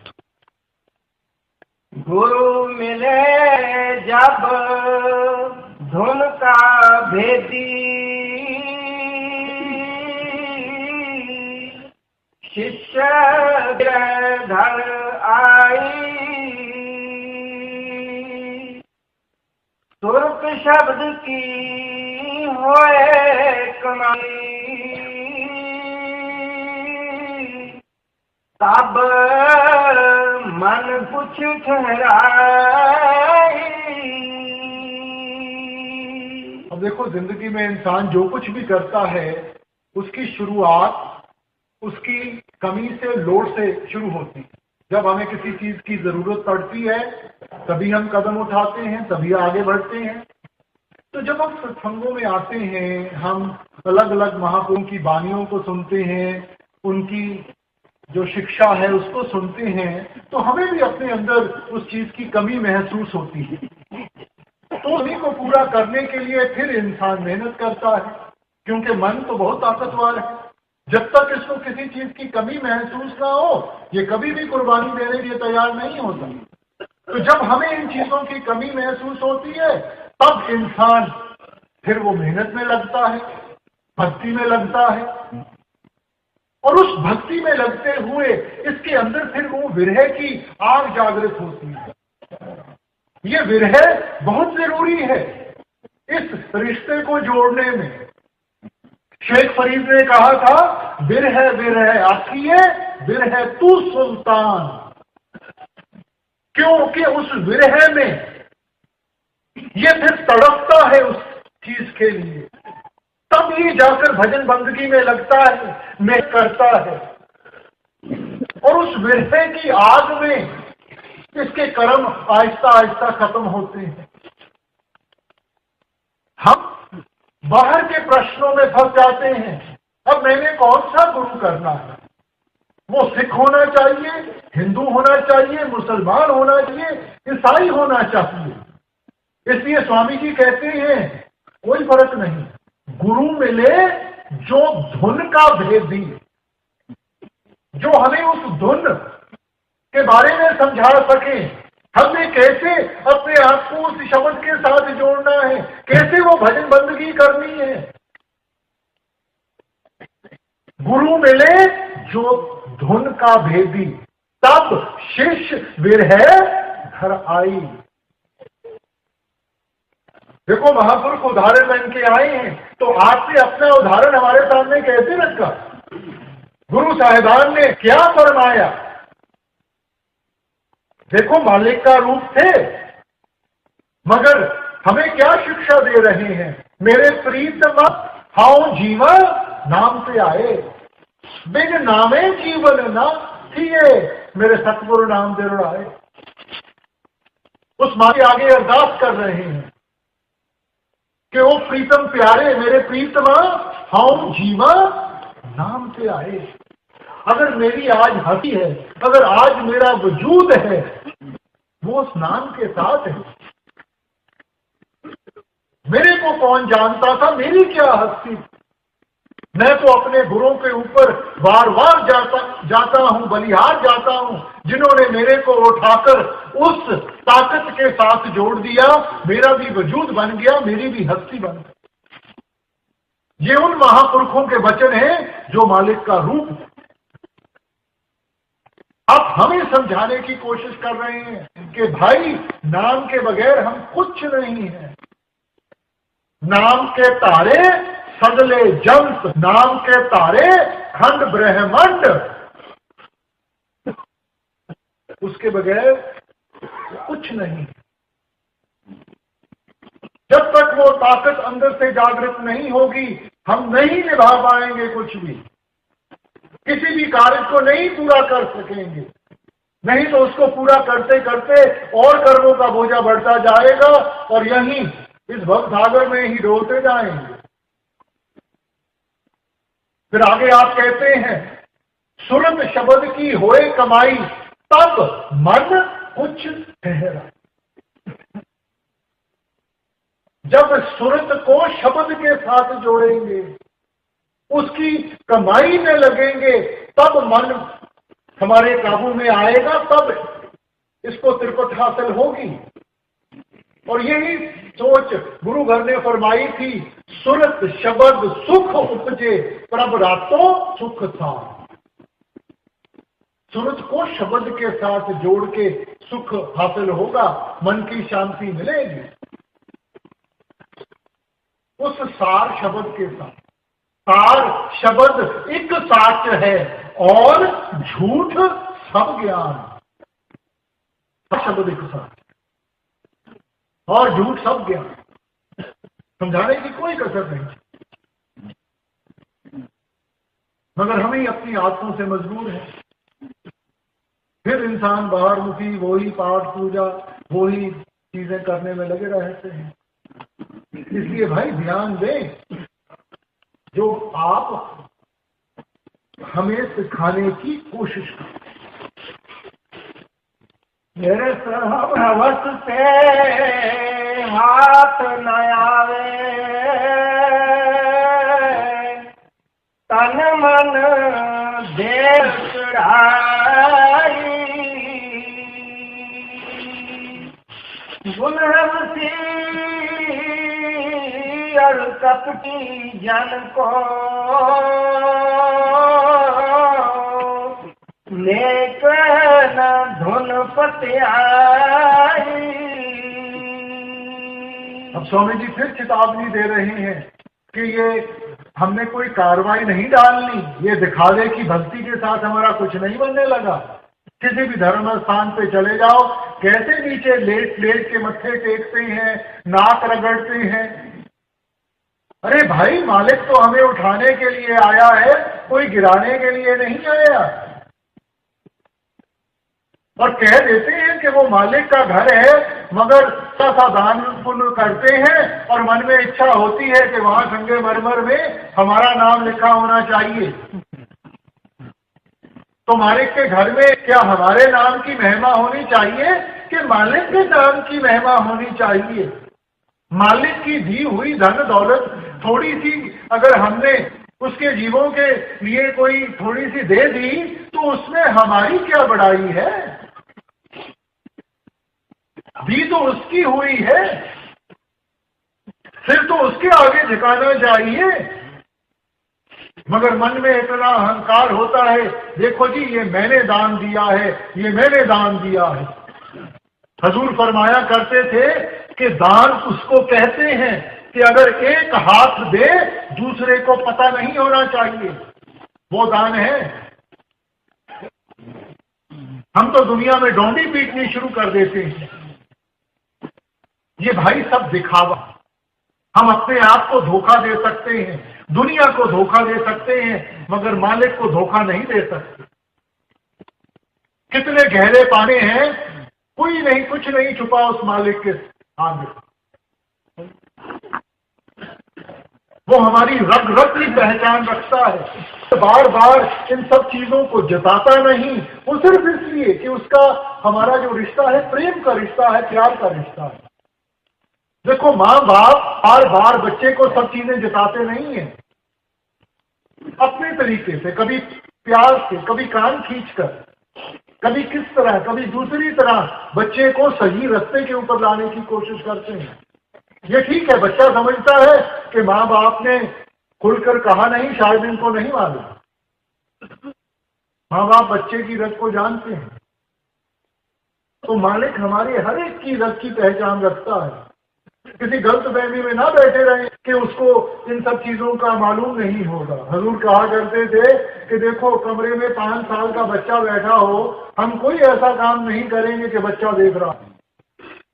और जिस मालिक को हम सर्वव्यापी कहते हैं, जो पत्ते पत्ते में, तिनके तिनके में समाया हुआ है, एक बच्चे जितना डर नहीं इंसान को, एक बच्चे जितना डर है। तो भाई ये जो भक्ति से हैं, ध्यान दें, हर एक का अपना दायरा है। ये कभी भी नहीं मैं कहूंगा कि ये जो हम बाहर करते हैं कि इनमें से कुछ नहीं मिलेगा, मिलेगा। मगर हमारा लक्ष्य क्या है? सारी उम्र कोई पहली क्लास में बैठा रहेगा तो क्या उसको MA की डिग्री मिल जाएगी? पहली क्लास का तो अपना दायरा है। पहली क्लास में हमें काखा गा समझाया जाएगा, ABCD सिखाई जाएगी। MA BA की डिग्री मिलेगी जब हम मेहनत करते हुए आगे बढ़ेंगे, स्कूल पार करते हुए कॉलेज में पहुंचेंगे। तो ये जो बाहर के साधन हमें समझाए गए थे, इनका ताल्लुक था कि हम वातावरण सही बना सकें, माहौल ठीक कर सकें। और उस वातावरण का फायदा ही नहीं उठाया, अंतर्मुख होके नाम के साथ ही नहीं अपने आप को जोड़ा, तो फिर वातावरण बनाने का क्या फायदा होगा? देखो, एक खिलाड़ी है, खेल को अच्छा खेलने के लिए वो कसरत करता है, मगर सारे दिन में इतनी कसरत करता रहे कि खेल खेलने के लिए वक्त ना हो या थक के बैठ जाए कि आज मैंने कसरत बहुत कर ली, तो मकसद क्या था? मकसद तो था कि स्टेमिना बने कि खेल को अच्छी तरह खेल सके। मगर सारा दिन वो कसरत ही करता रहा और खेल नहीं खेली, तो क्या मकसद हुआ? और यही हमारा हाल है। सारी उम्र बाहरली चीजों में लगे रहे, वातावरण बनाने में लगे रहे, अगला कदम उठाया नहीं। तो मालिक तक कैसे पहुंचेंगे? मालिक से रिश्ता कैसे रहेगा? ध्यान दें, आप विचार कर। आंखें नीचे नहीं, किसी के पीछे लग जाए। आंखें नीचे इन सब चीजों को समझ कर तब हमने रूहानियत के रास्ते को अपनाना है और आगे बढ़ने की कोशिश करनी है। अब अगली तुकों में स्वामी जी हमें थोड़ी सी दृष्टांत देने की कोशिश कर रहे हैं कि जैसे जैसे हम भजन बंदगी में लगेंगे, सुरुत ऊपर की तरफ चढ़ेगी, हम कौन सी मंजिलों से गुजरेंगे, हमें क्या क्या महसूस होगा। धुन है धुर लोक अधर की, कोई पकड़े संत सिपाही, मन को मार करे असाई, गगन कोट वैले घिराई, खाए सुन पार मैदाना,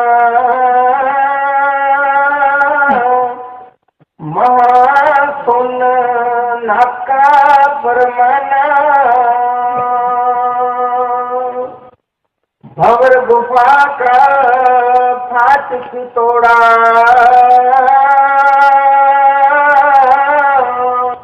शीश महल सतगुरु दिखलाई, अद्भुत लीला अजब वहाँ की,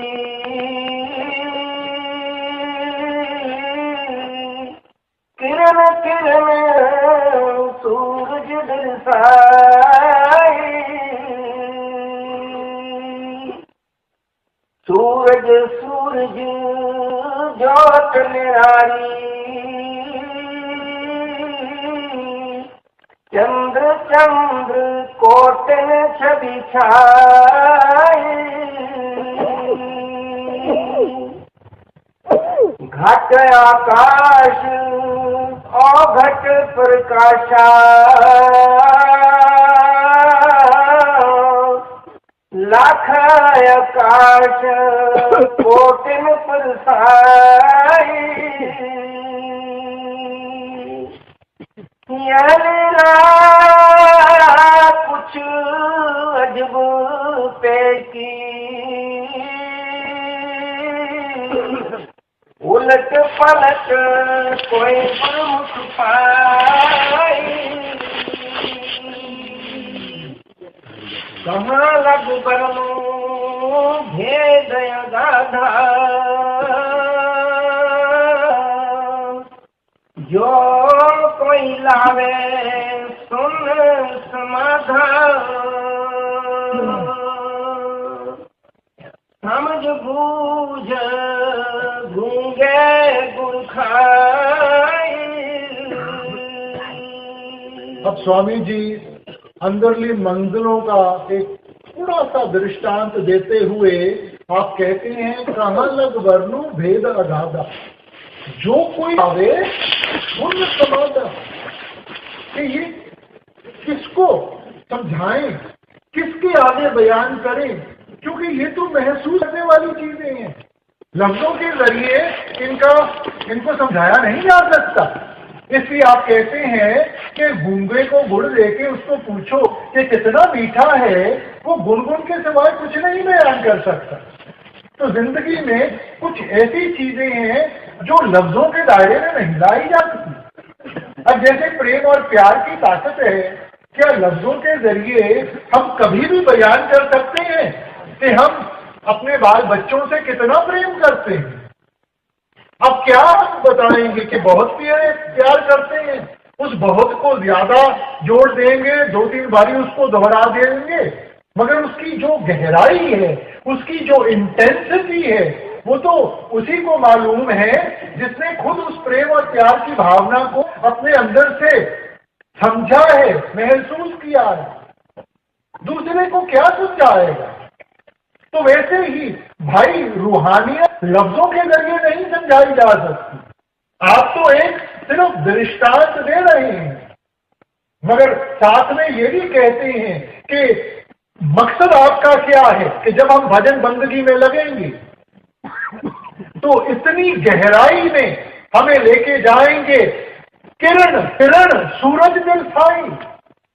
इस वक्त हम अगर सूरज को देखें, हमें तो सिर्फ एक आग का गोला दिखाई दे रहा है, मगर आप कहते हैं फिर एक एक किरण को लेते हुए हम उसकी समझ आएगी, इतनी गहराई में आप लेकर जाएंगे, इतनी इंटेंसिटी में आप सब कुछ हमें समझाएंगे। मगर कब? जो कोई लावे सुन समाधि, समाधि लगाकर इस मन को दुनिया से सुन करना। और जैसे जैसे दुनिया से सुन होता जाएगा, अंदर से मालिक का दरवाजा खुलता जाएगा, रस आना शुरू हो जाएगा, फिर हमारे अंदर वो ताकत आएगी, जागृता आएगी कि हम इन चीजों को समझ सके, उस रास्ते के ऊपर चल सके। पीर साहब ने भी यही सोच रखी थी। आप फरमाते हैं, जो दीसे सो तो है नाही, जो है सो कहा ना जाई, कहना बहना क्या समझाई, गूंगे का गुड़ भाई। कि जो हमें दिखाई देता वो तो मालिक है नहीं, जो वो है वो हमें दिखाई नहीं देता। संत महात्मा आके क्या समझाए, गूंगे का गुड़ भाई, कि वो तो एक दृष्टांत देते, प्रेरणा देने के लिए। अंग्रेजी का एक मुहावरा है, वेटिंग द एपेटाइट, भूख जागृत करना। तो सत्संग के जरिए, इन ग्रंथों पोथियों को जरिए आप हमारी भूख जागृत करते हैं, वो एक दृष्टांत देते हैं कि हम भी मेहनत करें और हम भी उस सच्ची भक्ति में लग के इन सब चीजों को महसूस करने की कोशिश करें। कथ कह की बात निराली, क्यों कर कहूँ बनाई। राधा स्वामी राज छिपे को,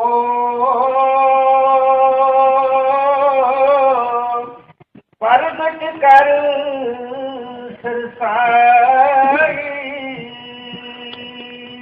अब आपने शब्दांजलि शुरू किया था कि तुमने सुन के मन समझा।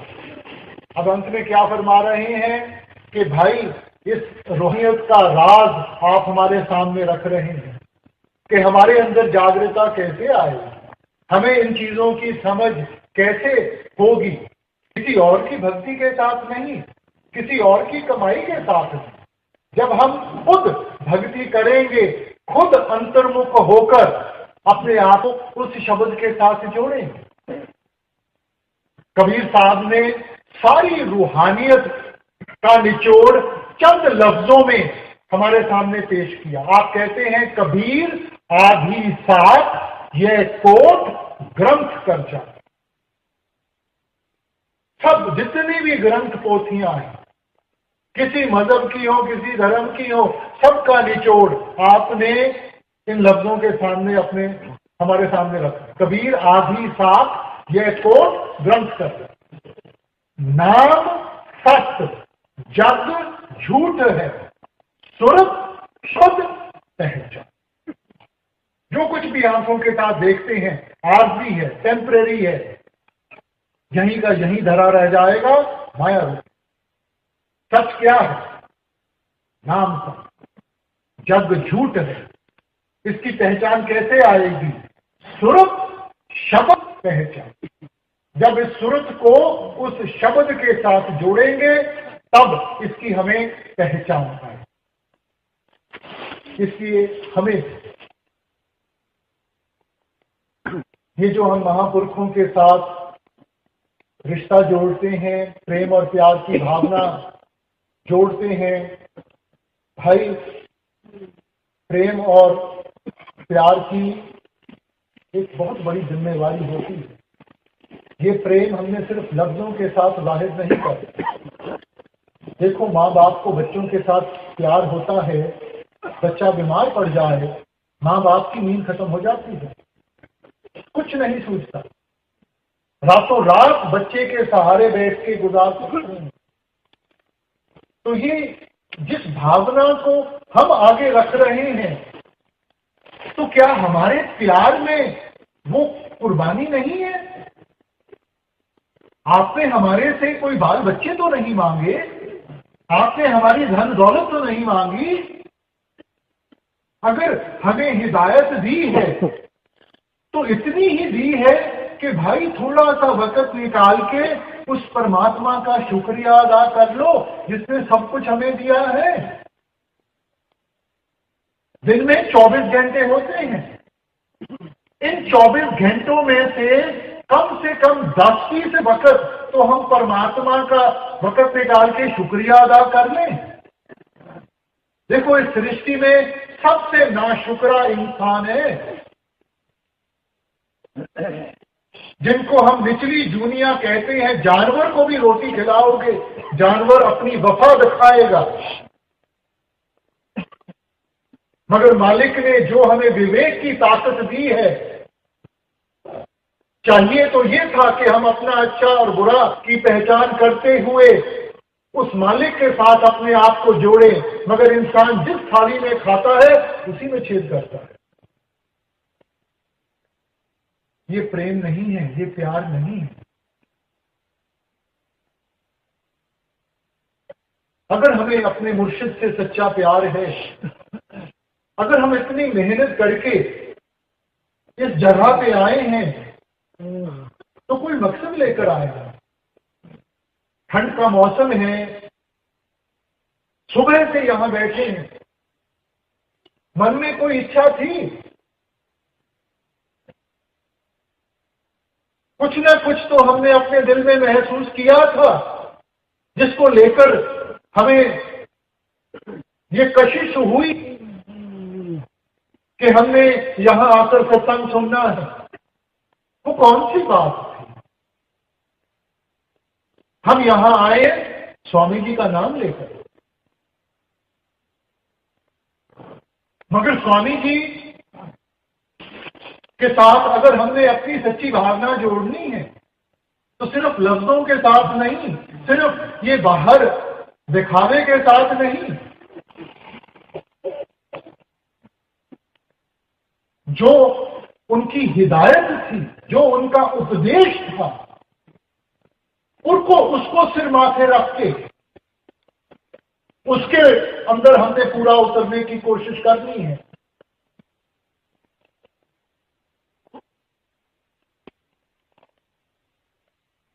स्वामी जी, अगर हम उनको स्वामी जी कहते हैं तो किस लिए स्वामी जी कहते हैं? जो उनके अंदर वो भक्ति की भावना थी, जो उनके अंदर वो रूहानियत की ताकत थी, जिस ताकत के हिस्सेदार हम बनने की कोशिश कर रहे हैं, जो उनकी कमाई थी, वो सारी दौलत आपने हमारे सामने रखी। अब हमें चाहिए कि हम उसके लायक बन सकें।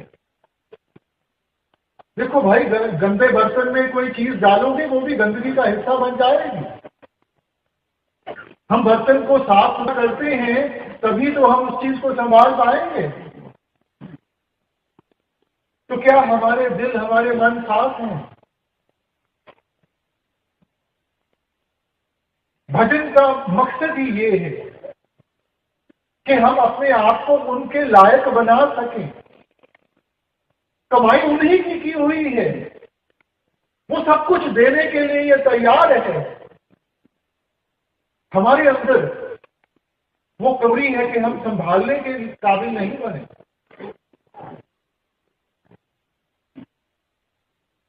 तो अपनी भजन बंदगी के साथ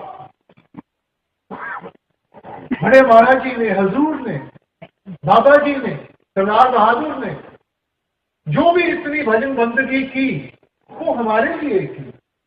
उनके तो कोई धर्म नहीं थे, हमें रास्ता दिखाने के लिए थी, हम यही मार्ग के ऊपर लाने के लिए थी। और अगर आपने इतना त्याग करके अपनी सारी जिंदगी हमारे ऊपर कुर्बान कर दी, तो क्या हमारी कोई जिम्मेवारी नहीं बनती कि हम थोड़ा सा वक्त निकाल के उनको बैठ के याद कर लें।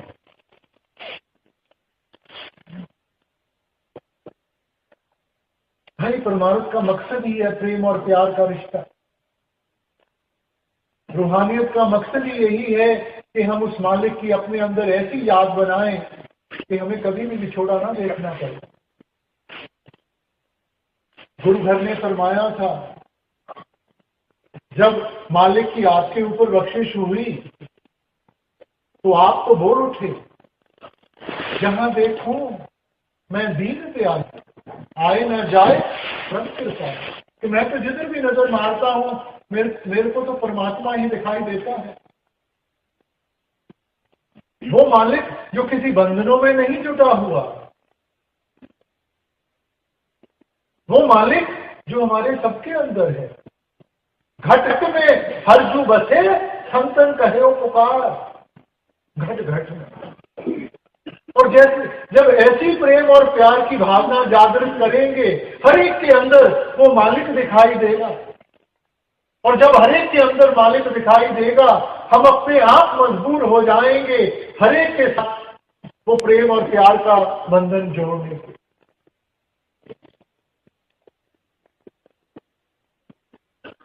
इसलिए अपने फर्ज की थोड़ा सा हम समझें। जो हम करेंगे उससे कहीं ज्यादा उनकी बख्शिश होगी। इंसान एक कदम उठाएगा, वो 100 हमारी तरफ उठाएगा। हम एक बार भी उस मालिक को पुकारेंगे, वो 100 बार हमारे सामने खड़ा होगा। ये हमारी उसके आगे पुकार है, हमारी उसके सामने फरियाद है। हम भटक गए हैं।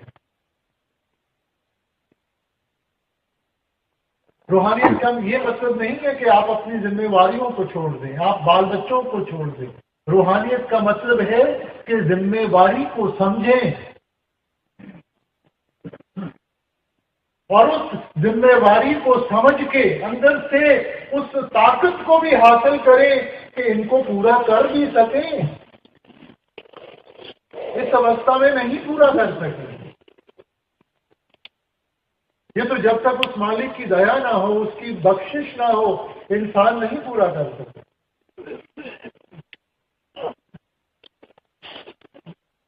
इसलिए हमने अपनी भक्ति में नागा नहीं आने दिया। जैसे हम अपने बाल बच्चों को, अपने माता पिता को प्यार करते हैं, हमें कोई खास वक्त की जरूरत नहीं है, किसी खास जगह की जरूरत नहीं है। उनकी याद तो 24 घंटे हमारे साथ होती है। तो वैसे ही हमने उस परमात्मा की, उस अकाल पुरुष की याद अपने अंदर बनानी है। कोई फर्क नहीं हमारा कौन सा मजहब है, कौन सा धर्म है। फर्क है तो हमारे प्रेम और प्यार का। और जो प्रेम और प्यार की भावना में आके मालिक की भक्ति करेगा, मालिक उसकी भक्ति की लाज जरूर रखना, परमार्थ भी बनाएगा, स्वर्ग भी। मालिक किसी का बोझ नहीं उठाएगा। आप एक कदम उठाओगे, 100 उठाएगा, कम नहीं छोड़ेगा कभी। मगर शुरुआत हमने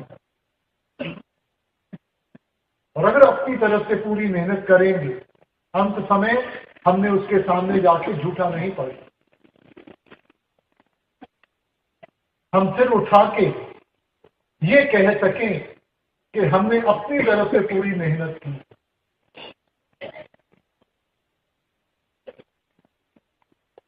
और अगर सच्चे दिल से इतना हम कह सकेंगे, बाकी सब कुछ वो खुद कर, उसने जिम्मेवारी उठाई, महाराज जी ने जिम्मेवारी उठाई, वो नहीं भूले, हम भूल जाते हैं। हमने सिर्फ वो याद बनानी है और अपने आप को उस भजन बंदगी में लगाना है, बाकी उनकी जिम्मेदारी, वो सब कर, सब निभा। इसलिए यही बेनती है, यही अर्थ कि जिस भावना के साथ हम यहाँ आए हैं, इस भावना को यहाँ नहीं छोड़ के जाना, इस भावना को साथ लेकर जाना और इसको रोज अपनी भजन बंदगी में जाहिर करने की कोशिश करें। कथय कह की बात निराली, क्यों कर कहूँ बनाई। राधा स्वामी राज छिपे को परगट कर सरसाई।